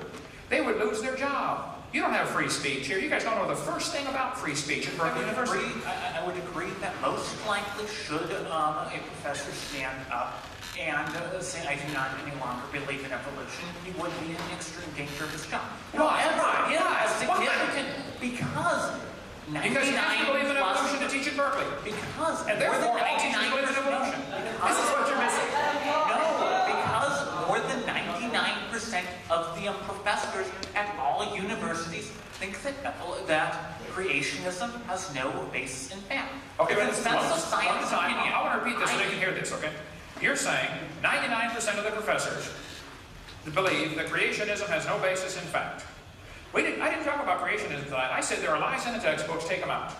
Fine. 99% of professors in the relevant fields believe that evolution is true and that there are facts to support it. Okay.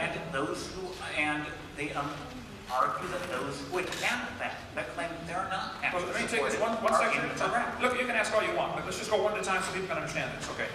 I don't think you're correct that 99% of the professors believe in evolution. Washington Times did a survey, May 31st, it's in the Washington Times, 1998, the last one I'm aware of, 6 years ago, that said 55% of the natural scientists in the United States believe in Darwinian evolution. That's slightly more than half, 55%. I can show you what the that quote. was referring to is essentially whether those evolutionists were atheists or theists. No, the question was simply, do you believe in Darwinian evolution? 55% responded yes, 45% responded no. So, it's not correct to say that 90%. What was the definition within the context of the question of Darwinian evolution? My point is, it wouldn't matter if everybody believed in evolution. Again, it's a belief. Does believe in evolution, not necessarily the specific Wait. limited definition. What did you just say? Everyone does believe in evolution? Practically all scientists do believe in the relevant field. Let me ask you a question then. Is it possible for a scientist to not believe in evolution? Or by definition, are they automatically disqualified from being a scientist because they believe in creation? Would that the guy who invented the MRI, would you consider him a scientist? He believes in creation. Yes, he's not in a relevant field. Not in a relevant field. Okay. What you're arguing here is an argument from majority opinion, and you better take a debate class, son. This won't hold up at all. I'm not arguing from majority opinion. Yes, you are. I'm arguing from universal opinion among the experts. Okay. Was there a universal opinion among the experts in the Soviet Union that communism is good 15 years ago? Was that a universal opinion? No, there probably wasn't from things that I've heard, and that is irrelevant to the question. It's very relevant to the question. You have the same academic denial of freedom here at Berkeley University. You are right that it is relevant to the question. It's very relevant. Just because there's academic suppression of a particular view at a particular time in history has nothing to do with truth. The truth is, the evolution theory is only supported by these lies I shared. Now, take the lies out of the books and tell me what evidence do you have to support your theory. I want to see it. Okay, well, let me try to do that. The essential basis, I believe, for much of what led toward evolutionary theory was the idea that species change over time. We find that because of the sequencing of the fossil record. Wait. No, it's one topic at a time. You're saying the evidence for evolution comes from the sequence in the fossil record. Would you entertain the thought that there is no fossil record, there are simply a bunch of bones in the dirt, and we are putting our interpretation on them? And if you find an animal buried lower than another animal, it may be a result of hydrologic sorting, it may be pure coincidence, it is not proof. Wait. In a court of law, hydrological sorting would not apply. Your evidence would not fly as evidence. Correct. So, now, would it be possible? Sorting as an explanation for the sequence of the fossil record would not apply. I'm saying because it does not fit with it doesn't fit the evolutionary theories. No, because it does not fit with water dynamics. Hydrological sorting does not explain the sequencing of the fossil record. First place, there is not a good sequencing to the fossils. Begin number one. Secondly, fossils are interpreted. You will never find a whale in the Cambrian layers. You will never find any mammal in the Cambrian layers. You will not find a bird in the Cambrian layers. You will not find anything but animals that existed within that period within the Cambrian layers. Who is interpreting whether a layer is Cambrian or not? Would you agree? Obviously, the Cambrian layers are that area. Between, say, several hundred feet of sediment. I do not know the exact area. They are an area which are beneath these other layers, in which you will only find these animals. Let's let a few more people ask questions. There's a lot of people wanting to ask questions tonight. But you are a classic example of how your training is blinding you to the obvious, okay? You're saying there's limestone. Limestone is found in Limestone is not what makes up the Cambrian layers. What makes up the Cambrian layers is the presence of those specific types of fossils within the layer and different types of fossils that are always the same types of fossils above the layer and above it. What you just said is precisely my point. The presence of Cambrian layers is determined by the types of fossils they find in them. Doesn't matter where you find it. The fact is, it has these trilobites or these animals, therefore it's Cambrian. It is determined by its place in the sequence. You'll find these types of fossils within the Cambrian layer. You'll find these types of fossils. You need to watch our video number 4 with an open mind. It'll get you converted over. If you really are, maybe your mind's already closed, I don't know. But if you're really open-minded, you need to look at this one more time. Okay, the geologic column. I showed you petrified trees standing up connecting these layers. Are you still telling me those layers are different ages? What? You still believe they're different ages, don't you? I'm saying that you're not going to find. All right, let's let somebody else talk for a minute. Go to the end of the line. Look at somebody else. Okay. Thank you. Yes, ma'am. Okay, thanks. Don't want airflow to get. Okay. Okay, good. Go ahead. Hi, Dr. Hovind. Hi. I forgot your name now. What is it? My name is Michelle Markstein, and I'm a postdoctoral fellow here in the Integrative Biology Department. I have a PhD in genetics. Okay. And but before we start talking about biology, I first have a question for you. Sure. Okay. So you showed us very beautiful, polished slides, basically giving us evidence that scientists are liars. Wait. No. You don't misconstrue my position. Did you not give us evidence that scientists are liars? Don't misconstrue my position. And say that several times? I said, this is a lie. This should not be taught in the textbooks. Yes, Now, if you are teaching this as part of your evidence, then you are a liar. Okay, so if you are not teaching that, then you're fine. Scientists who are pushing this theory are in essence liars. Not scientists who are pushing evolution are liars. Scientists who are teaching these lies are liars. Okay, but Let's get it straight. Okay. Just because so somebody that believes Berkeley professors who are teaching this are liars. Berkeley are professors who are teaching evolution. No, there you go again. You're misunderstanding. Okay. I did not say. Your slides were beautiful. I missed the point. Let's just get a vote on this here. Okay. I did not say a professor who teaches evolution is a liar. A professor who teaches the gill slits on the embryo exist is a liar. I will say that. A professor who teaches the whale has a vestigial pelvis is either ignorant or a liar. Right. How many heard me say that tonight a whole bunch of times? Okay. Yes, me too. Okay, you heard something? Scientists You're are trying. liars. We're pushing a theory that even a 5-year-old could see is wrong. Is that not what your point was throughout tonight's talk? My point was that a 5-year-old can tell you a dog and a wolf are the same kind of animal.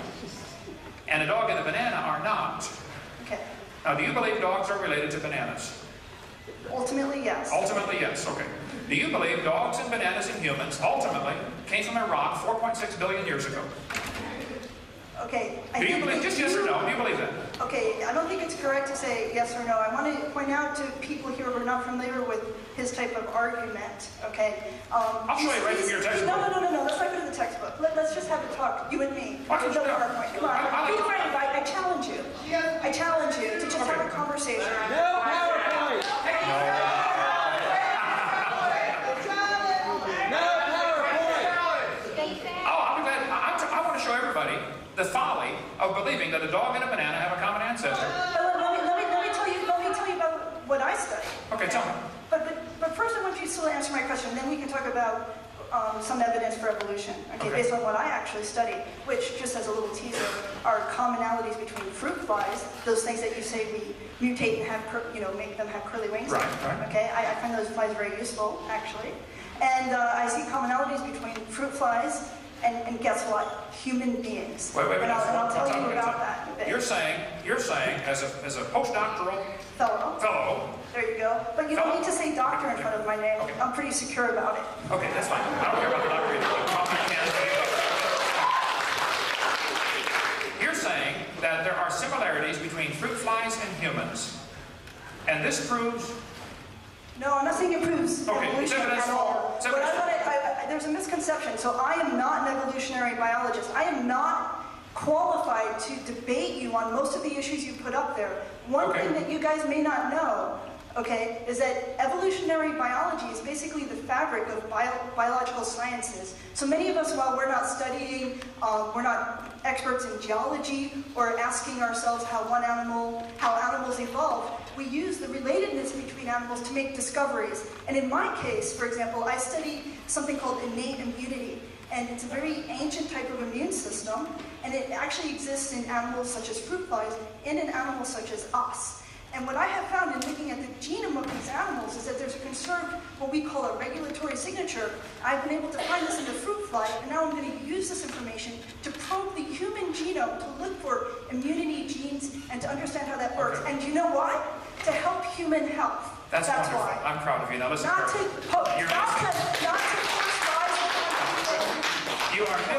You are missing the entire point.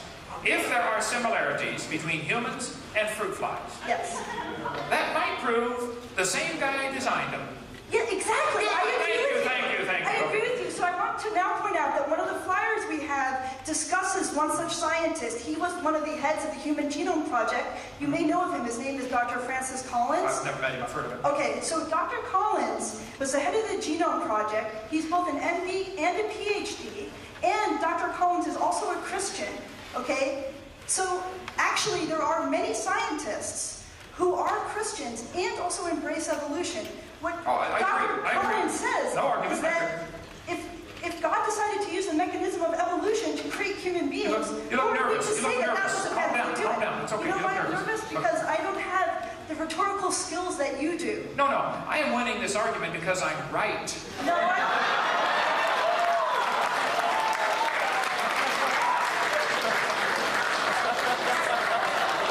think that you may be winning the argument with certain people here for a very unfortunate reason, which is that they have not been really exposed to the truths of evolutionary biology. Okay. And I think that the way to be exposed to those truths is to actually take a course in it, which you can do here at UC. Calm down. Next question. But let me translate that for you folks in case you didn't catch what she just said. Okay. What she just implied was, if you don't believe in evolution, you're dumb. You haven't studied this enough to know the truth. How many caught that? How many caught that tonight? Okay. Repeat your last statement then. Listen carefully. Repeat your last statement. You said, have it on your tape? You got it on tape. You said, I'm winning the argument with some people here tonight. You did. That's right. I'm winning the argument with some people here tonight because they have had the unfortunate position I for something. think it was unfair to say you were winning the argument here tonight, and actually you said you were winning the argument with me. So I'd like to ask, who thinks that I'm winning the argument? What? Okay. Now, who thinks she is losing the argument?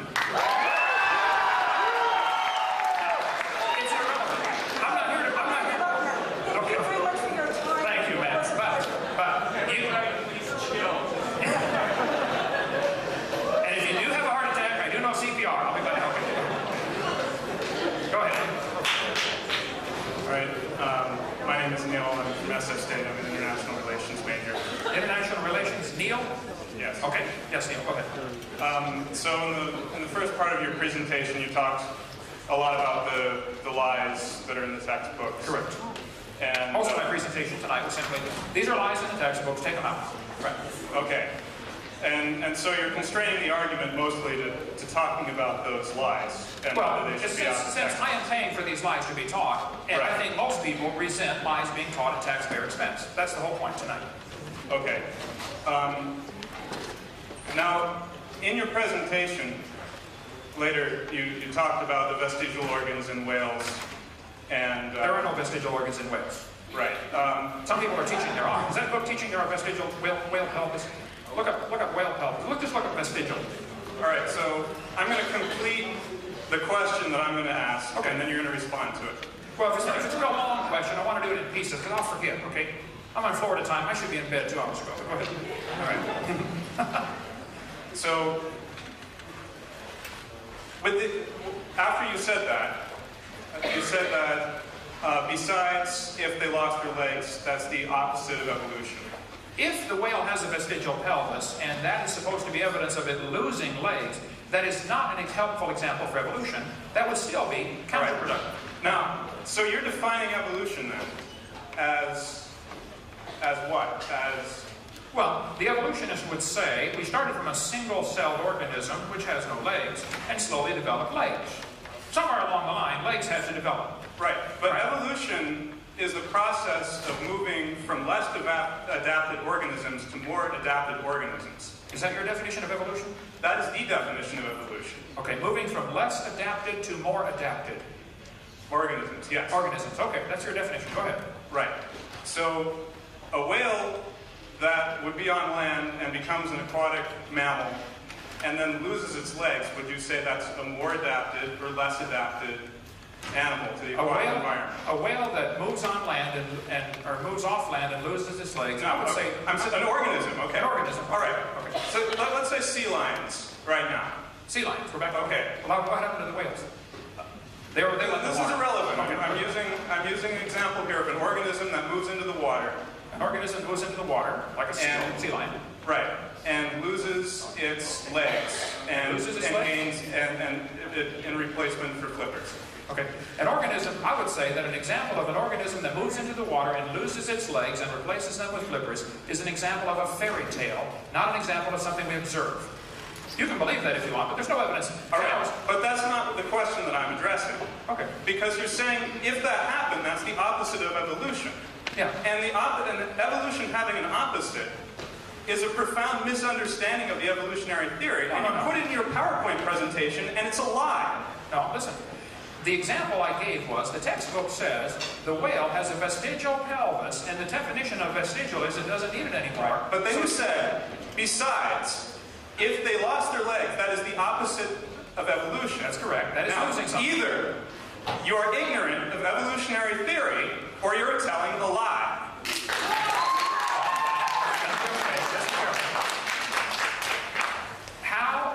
Do you believe the whale evolved from a land-dwelling creature, like a cow, like the folks at the National Center for Science Education believe? Yes, I do. I mean, you can... I showed you their brochure from Bossy to Blowhole. That's a cow to a whale, okay? I'm not saying that I particularly believe that it's a cow, but I believe that it... You believe it was a land-dwelling animal that turned into a whale, okay. Do you realize that whales have their nose on the top of their head? Yes. Okay, and most animals on land have their nose on the front of their head. And there is in fact a fossil record that shows the movement of the blowhole from the nose to the top of the head. If somebody taught you that, and you paid to get taught that, they stole your money from you, son, okay? The whale... Okay. I couldn't find the whale under vestigial organs, but I did find on page 439 about the snake that it had quote-unquote hind legs, or remnants of hind legs, vestigial organs. It's a very brief paragraph. So, It is the same example, though, of losing instead of gaining. And if you think the whale came from a land-based animal and went back into the water, okay, that's what you think, right? And lost whatever, and gained whatever needed, and lost whatever needed. Because there's a lot of differences between most land-based mammals and a whale. A lot of differences, okay?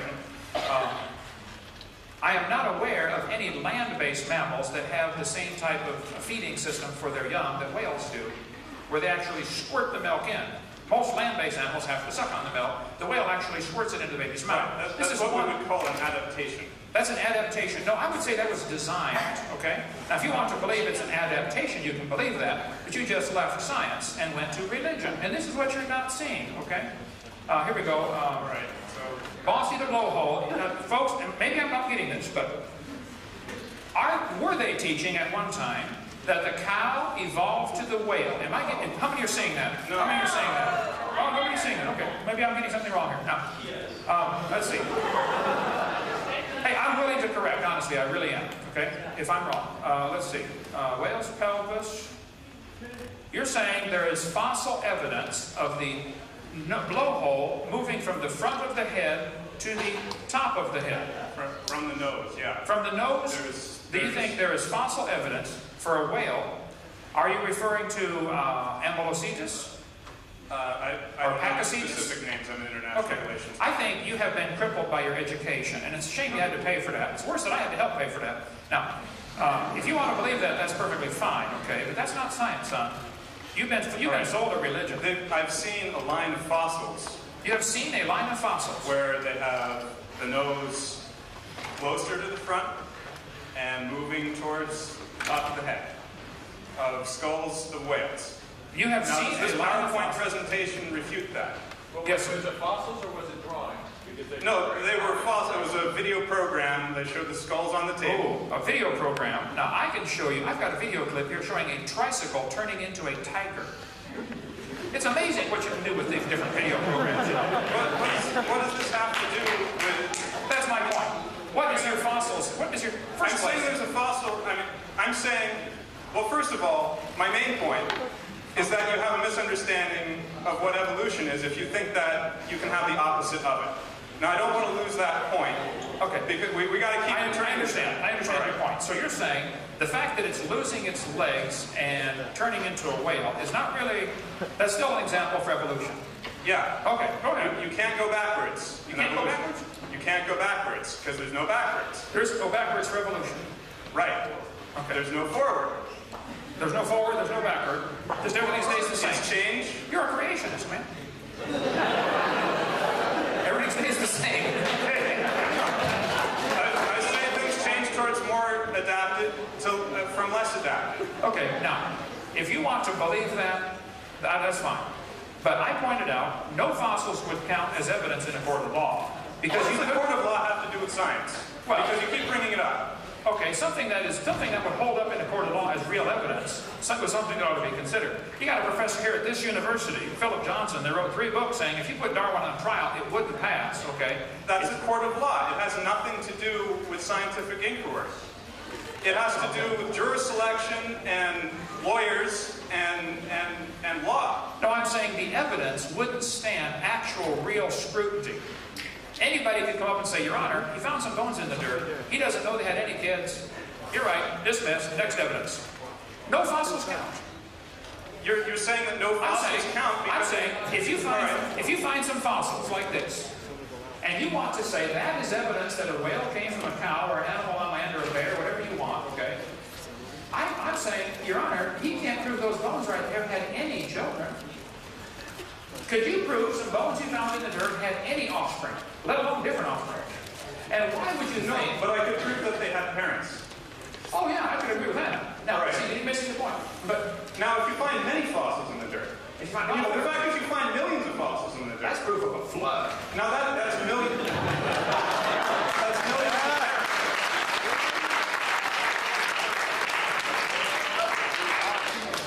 Please announce that in about 15 minutes we're going to have to start clearing out. So we're going to have, please no one else get in line for questions, but we're going to have to make it quicker. I know that not all the questions are being answered, and I know that there still seems to be some disagreement in the room. I've sensed that.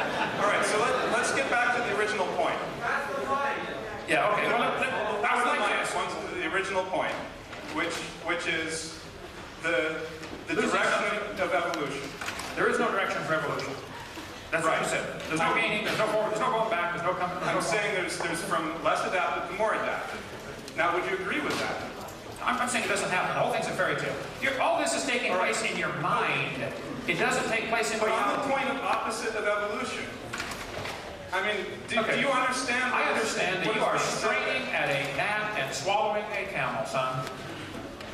You want to have people come up here and refute you, correct? Yeah, so far I'd like to see. All right, so I'm refuting this one point. This one point that the whale losing its legs is still an example for evolution. Okay, if you believe that, that's fine. I disagree, but go ahead. Yes, next one. Have to hurry here. You've got a few minutes. First of all, everybody seems really angry. No, I'm not angry. I'm having fun. I could do this every day. I really could. I love this. See, I have the PowerPoint. Go ahead. Okay, I understand your point about not wanting to pay your money for what you call lies. Although, I think the big question that I've had sort of since I walked in here is, are you assuming that these textbook publishers know that what they're saying is not true? Okay. It doesn't matter. It doesn't matter. Basically, who benefits? I mean, I'm not trying to attack. Who benefits from these lies in the textbooks? Who benefits from this? And why is everyone arguing so vehemently? Okay. I don't know as far as benefits or not benefits. Why they're kept in the textbooks, I'm going to say probably the authors of the textbooks honestly think they're teaching the truth. The publishers of the textbooks honestly think they're teaching the truth.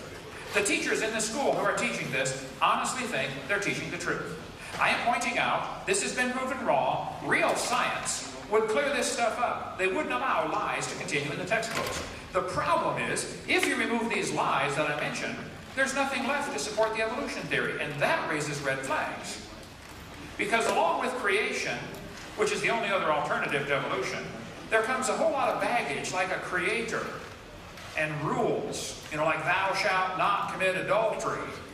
That's what they're really running from. So, all I said was we should not allow lies to be taught in the textbooks in tax-funded schools.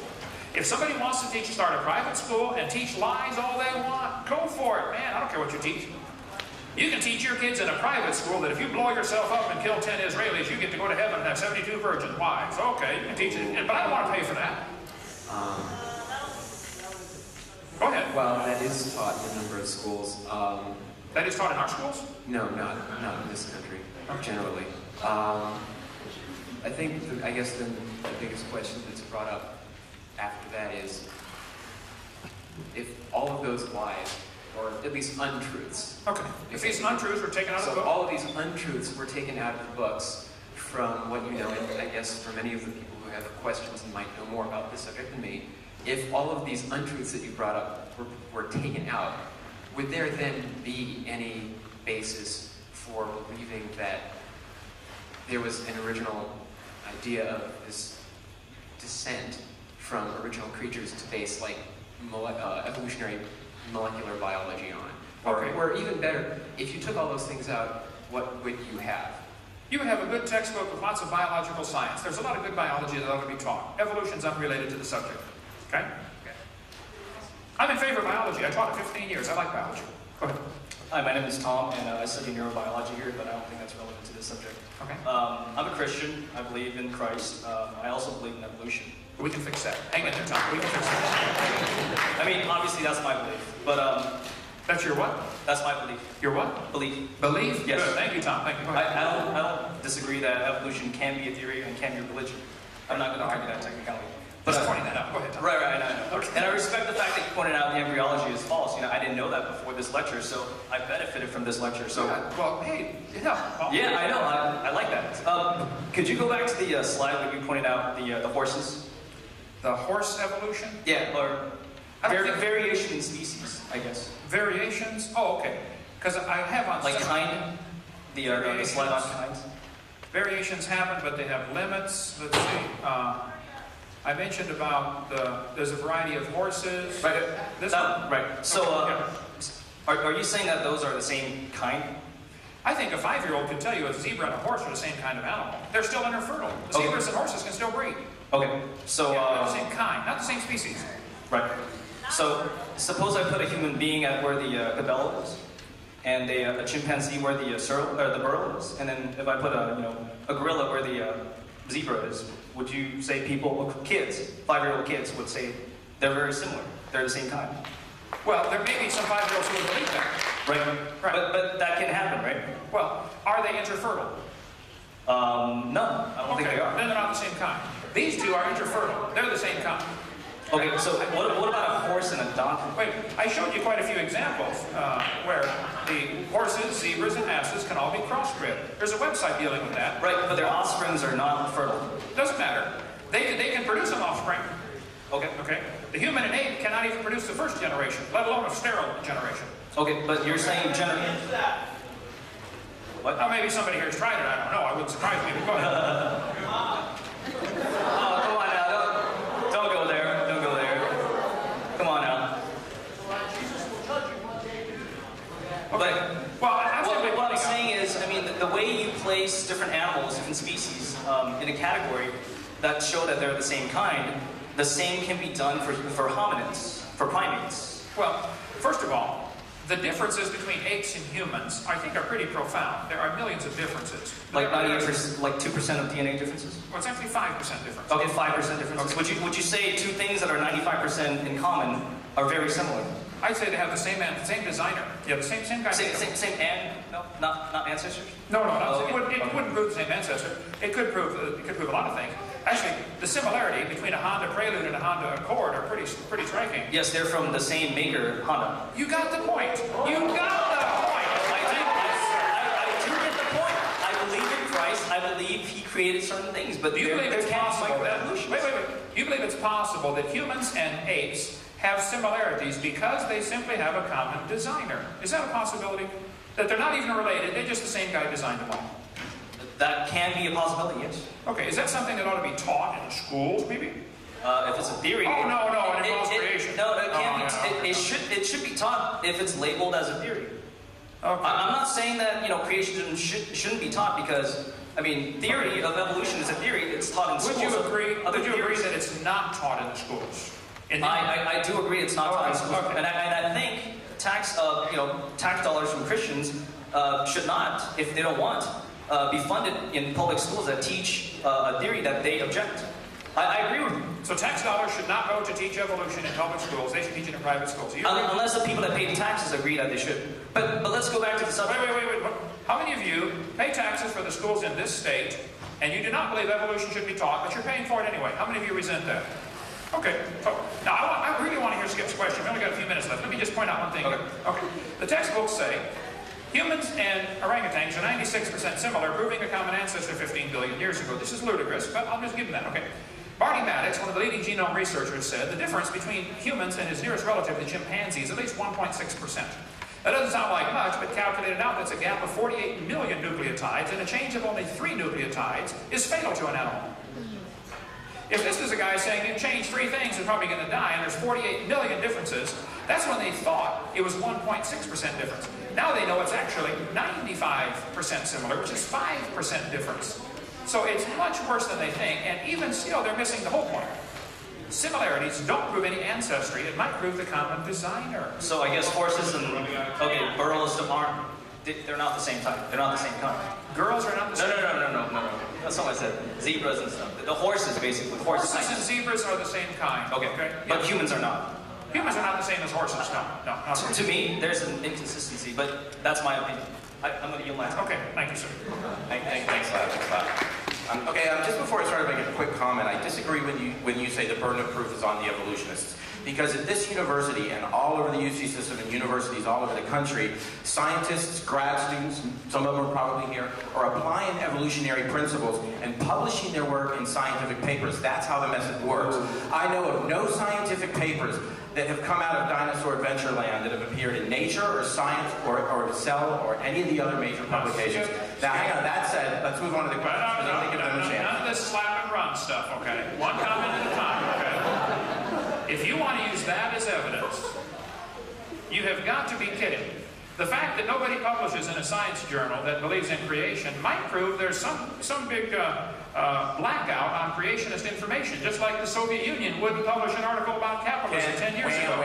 Go do some science and then bring it to them and convince them that you have something. Because every major revolution in science has taken a long time. You know, some guy doesn't just pop up with a new idea and they say, hey, that's great. Alfred Wegener, who discovered plate tectonics, died before his theory was accepted by geology. If you want to go there, let's move on. We don't have time for that tonight, but we can go there. Let's move on to my question. Watch my video number 7. I've seen all your videos over and over again. Yeah, you're going to get you converted. I really am.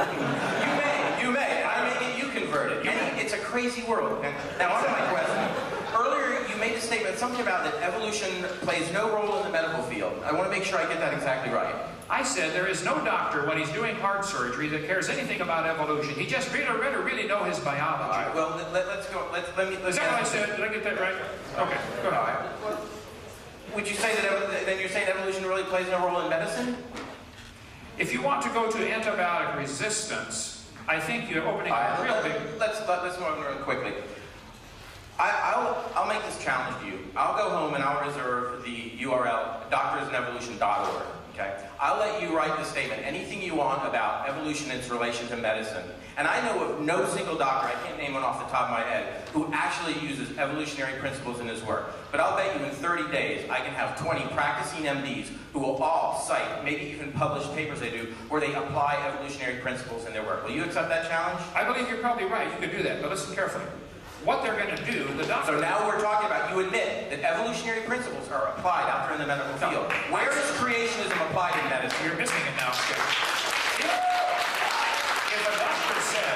If a doctor writes a paper for your website that says, I use evolution in my practice, ask him specifically what he means.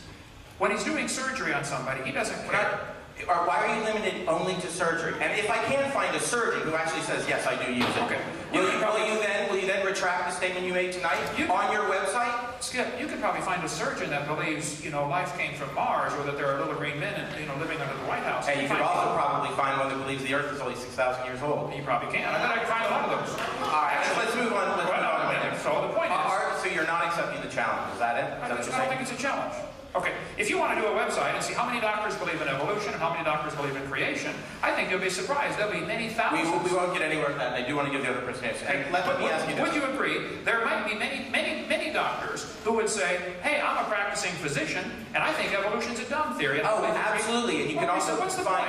What's the point? The point is that you made an insinuation that evolution doesn't play any role in medicine. No, you're making the insinuation that because a few doctors believe in evolution, therefore evolution is part of science. That's not... If I find you 20 practicing medical people who apply it in their work, will you admit that evolutionary principles are valuable to modern science?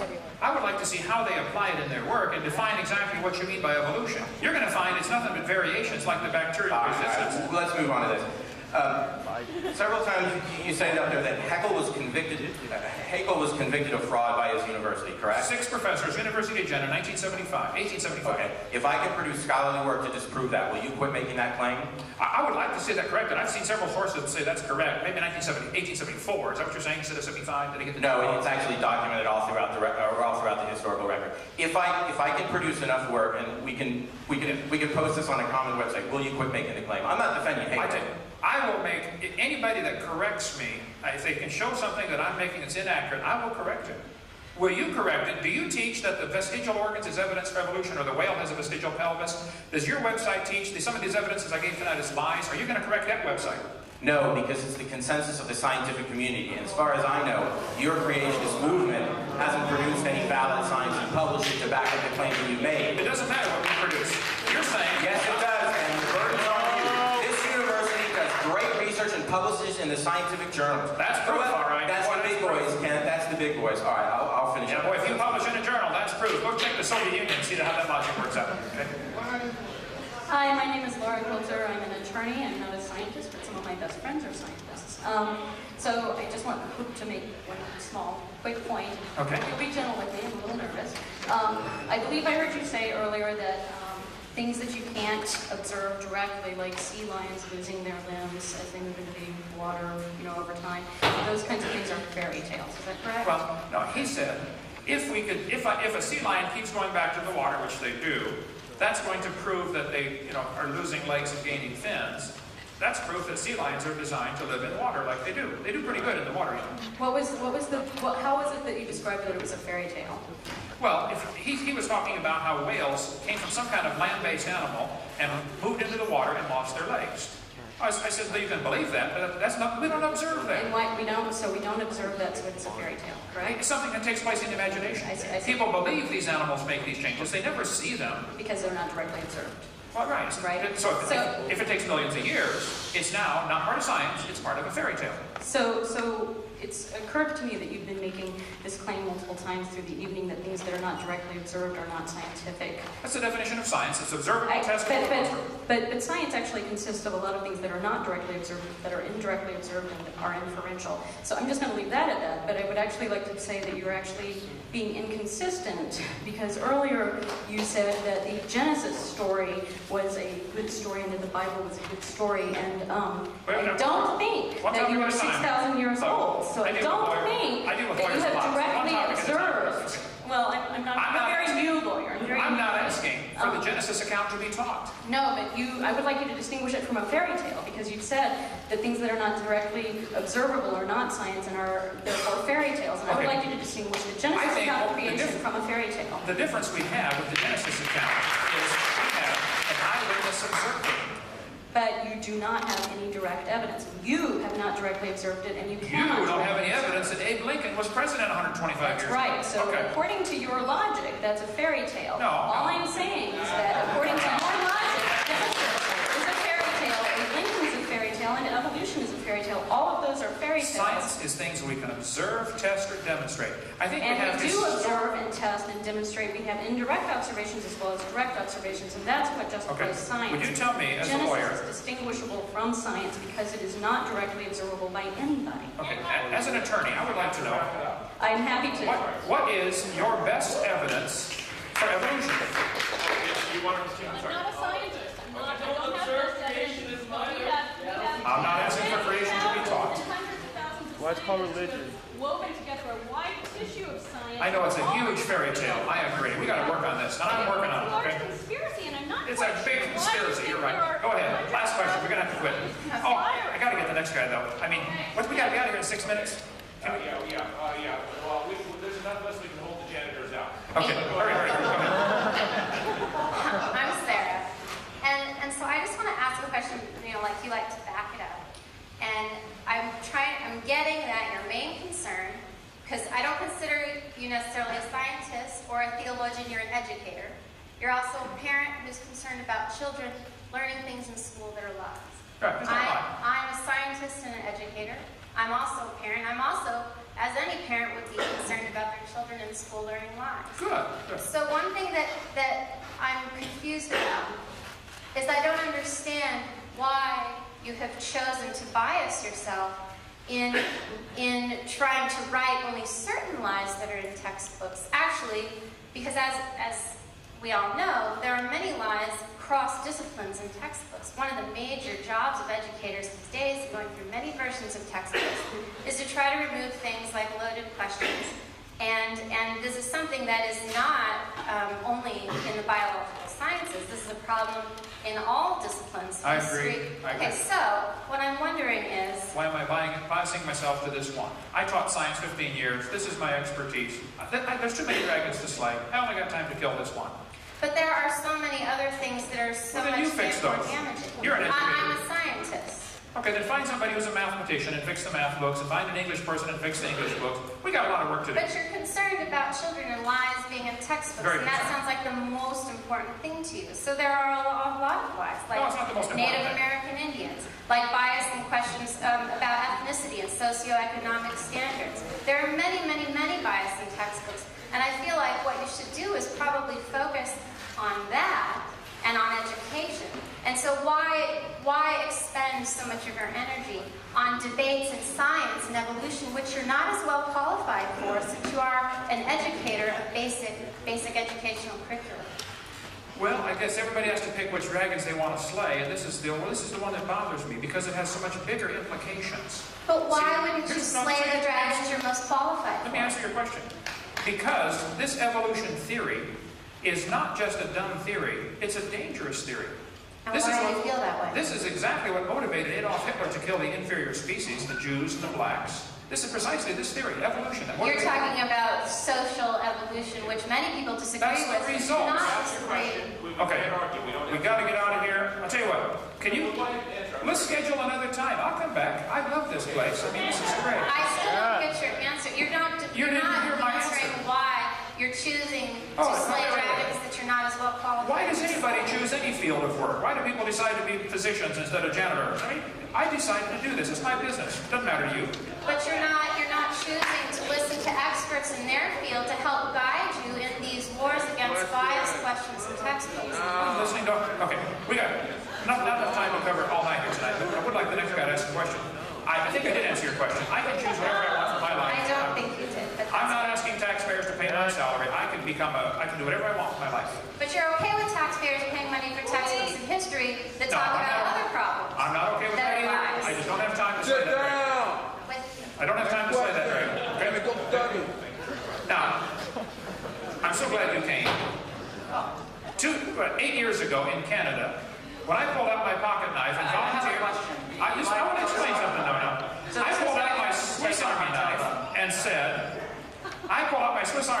if you think the tailbone is vestigial... Are you getting this on video, guys? You're getting this on video. I'm just refreshing your memory, okay? I said, I will cut yours out if you'd like, if you think it's vestigial. You then wrote an article in your paper saying that I threatened you with a pocket knife. Is that right? Do you think it is an appropriate response to a scientific question to wave a pocket knife at somebody? Is that a reasonable response? Is it appropriate for you to lie and say I threatened you with my pocket knife? You were 75 feet away, son. I don't want your tailbone, okay? You keep it. I want to ask a question that I can't... I just wanted that on the record, though. Go ahead. Now, let's hear your question. Okay. You want to make a speech or ask a question? I'm going to ask a couple of very simple questions. Okay. Earlier, I heard you say to my friend Laura that, look, you're not asking for the story of Genesis to be taught in schools. Correct. I personally, Kent Hovind, did not directly observe Genesis. It's my religion. Yeah, I believe God created the world in 6 days, 6,000 years ago. I believe that. That is a religion. Correct. I believe that's a religion. I call it a religion. And you're saying that, since creation and evolution are both religions, neither of them should be taught. Right. On tax money. Right. Okay. You got it. Good. I understand what you're trying to say. Now,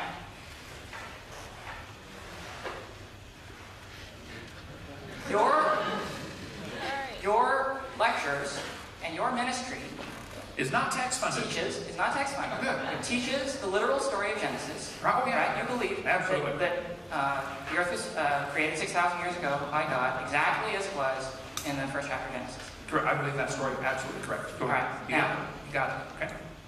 I want everybody to pay really close attention. Okay, this guy just said Genesis is his religion. Right. And that is what he teaches in his ministry. Okay, now I'm going to ask a really simple question. Pay attention. Okay. What is the name of your ministry? Creation, science, evangelism. What is the word science doing in that name? Could you remove it, please? No. Science. Here's the thing. Science. They are both religions, right? You said that yourself. Neither should be taught in schools because they're both religions. Well, then why are we teaching evolution in a biology class? Get back to my question. My question is, why are you misusing the name science in the name of your ministry? If you were honest, you would simply say, look, I believe in God. I'm not afraid to stand up for what I believe in. I don't have to misname it science. I can just call it biblical creation. Now, let me answer the question, okay? First place, I'm not using any tax funds. I can name it whatever I feel like, whether you like it or not. Secondly, science deals with knowledge gained by observations, testing, and experimentation. All of the experimentation tells us dogs produce dogs. So there must have been originally a created kind, because we never see a dog come from a non-dog. So the scientific evidence is strongly in favor of creation. That's why I call it creation, science, evangelism. Now, if it bothers you, tough.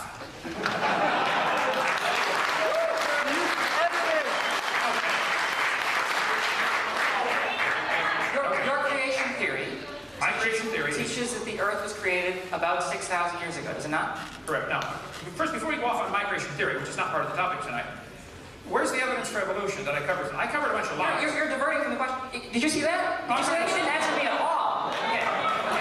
Now, I'm trying to on top. Now, I want you to clarify that your theory teaches that the earth was created 6,000 years ago, or about 6,000 years ago. Right. And you are diverting the question, because I gave evidence against evolution, and you don't want to talk about that. You're trying to divert it over to creation. It doesn't matter what creation believes. I want you to use the word science correctly. Now, I am. Now, tell me about an experiment in which you measured, or someone measured, the age of the Earth, and their data told them that the Earth was 6,000 years old. I think there's a lot of experimental evidence that shows us it cannot be billions of years old. No. Give me evidence for your date. You are claiming in your scientific creation theory, right? He calls it scientific, that the Earth is 6,000 years old. There's a number there. Now, I want verification for that number. Okay. I have an eyewitness who wrote it down in a book called Genesis and told us this is how it happened. He told us very clearly Adam was the first man. We have eyewitness accounts about Abe Lincoln. We're relying on those accounts from 160 years ago about Abe Lincoln. I'm relying on an eyewitness account that says there was no death till Adam sinned. Adam was 130 when Seth was born. Genesis chapter 5, verse 9, I believe. You can go through the Bible and add up the dates. I have an eyewitness. What do you have?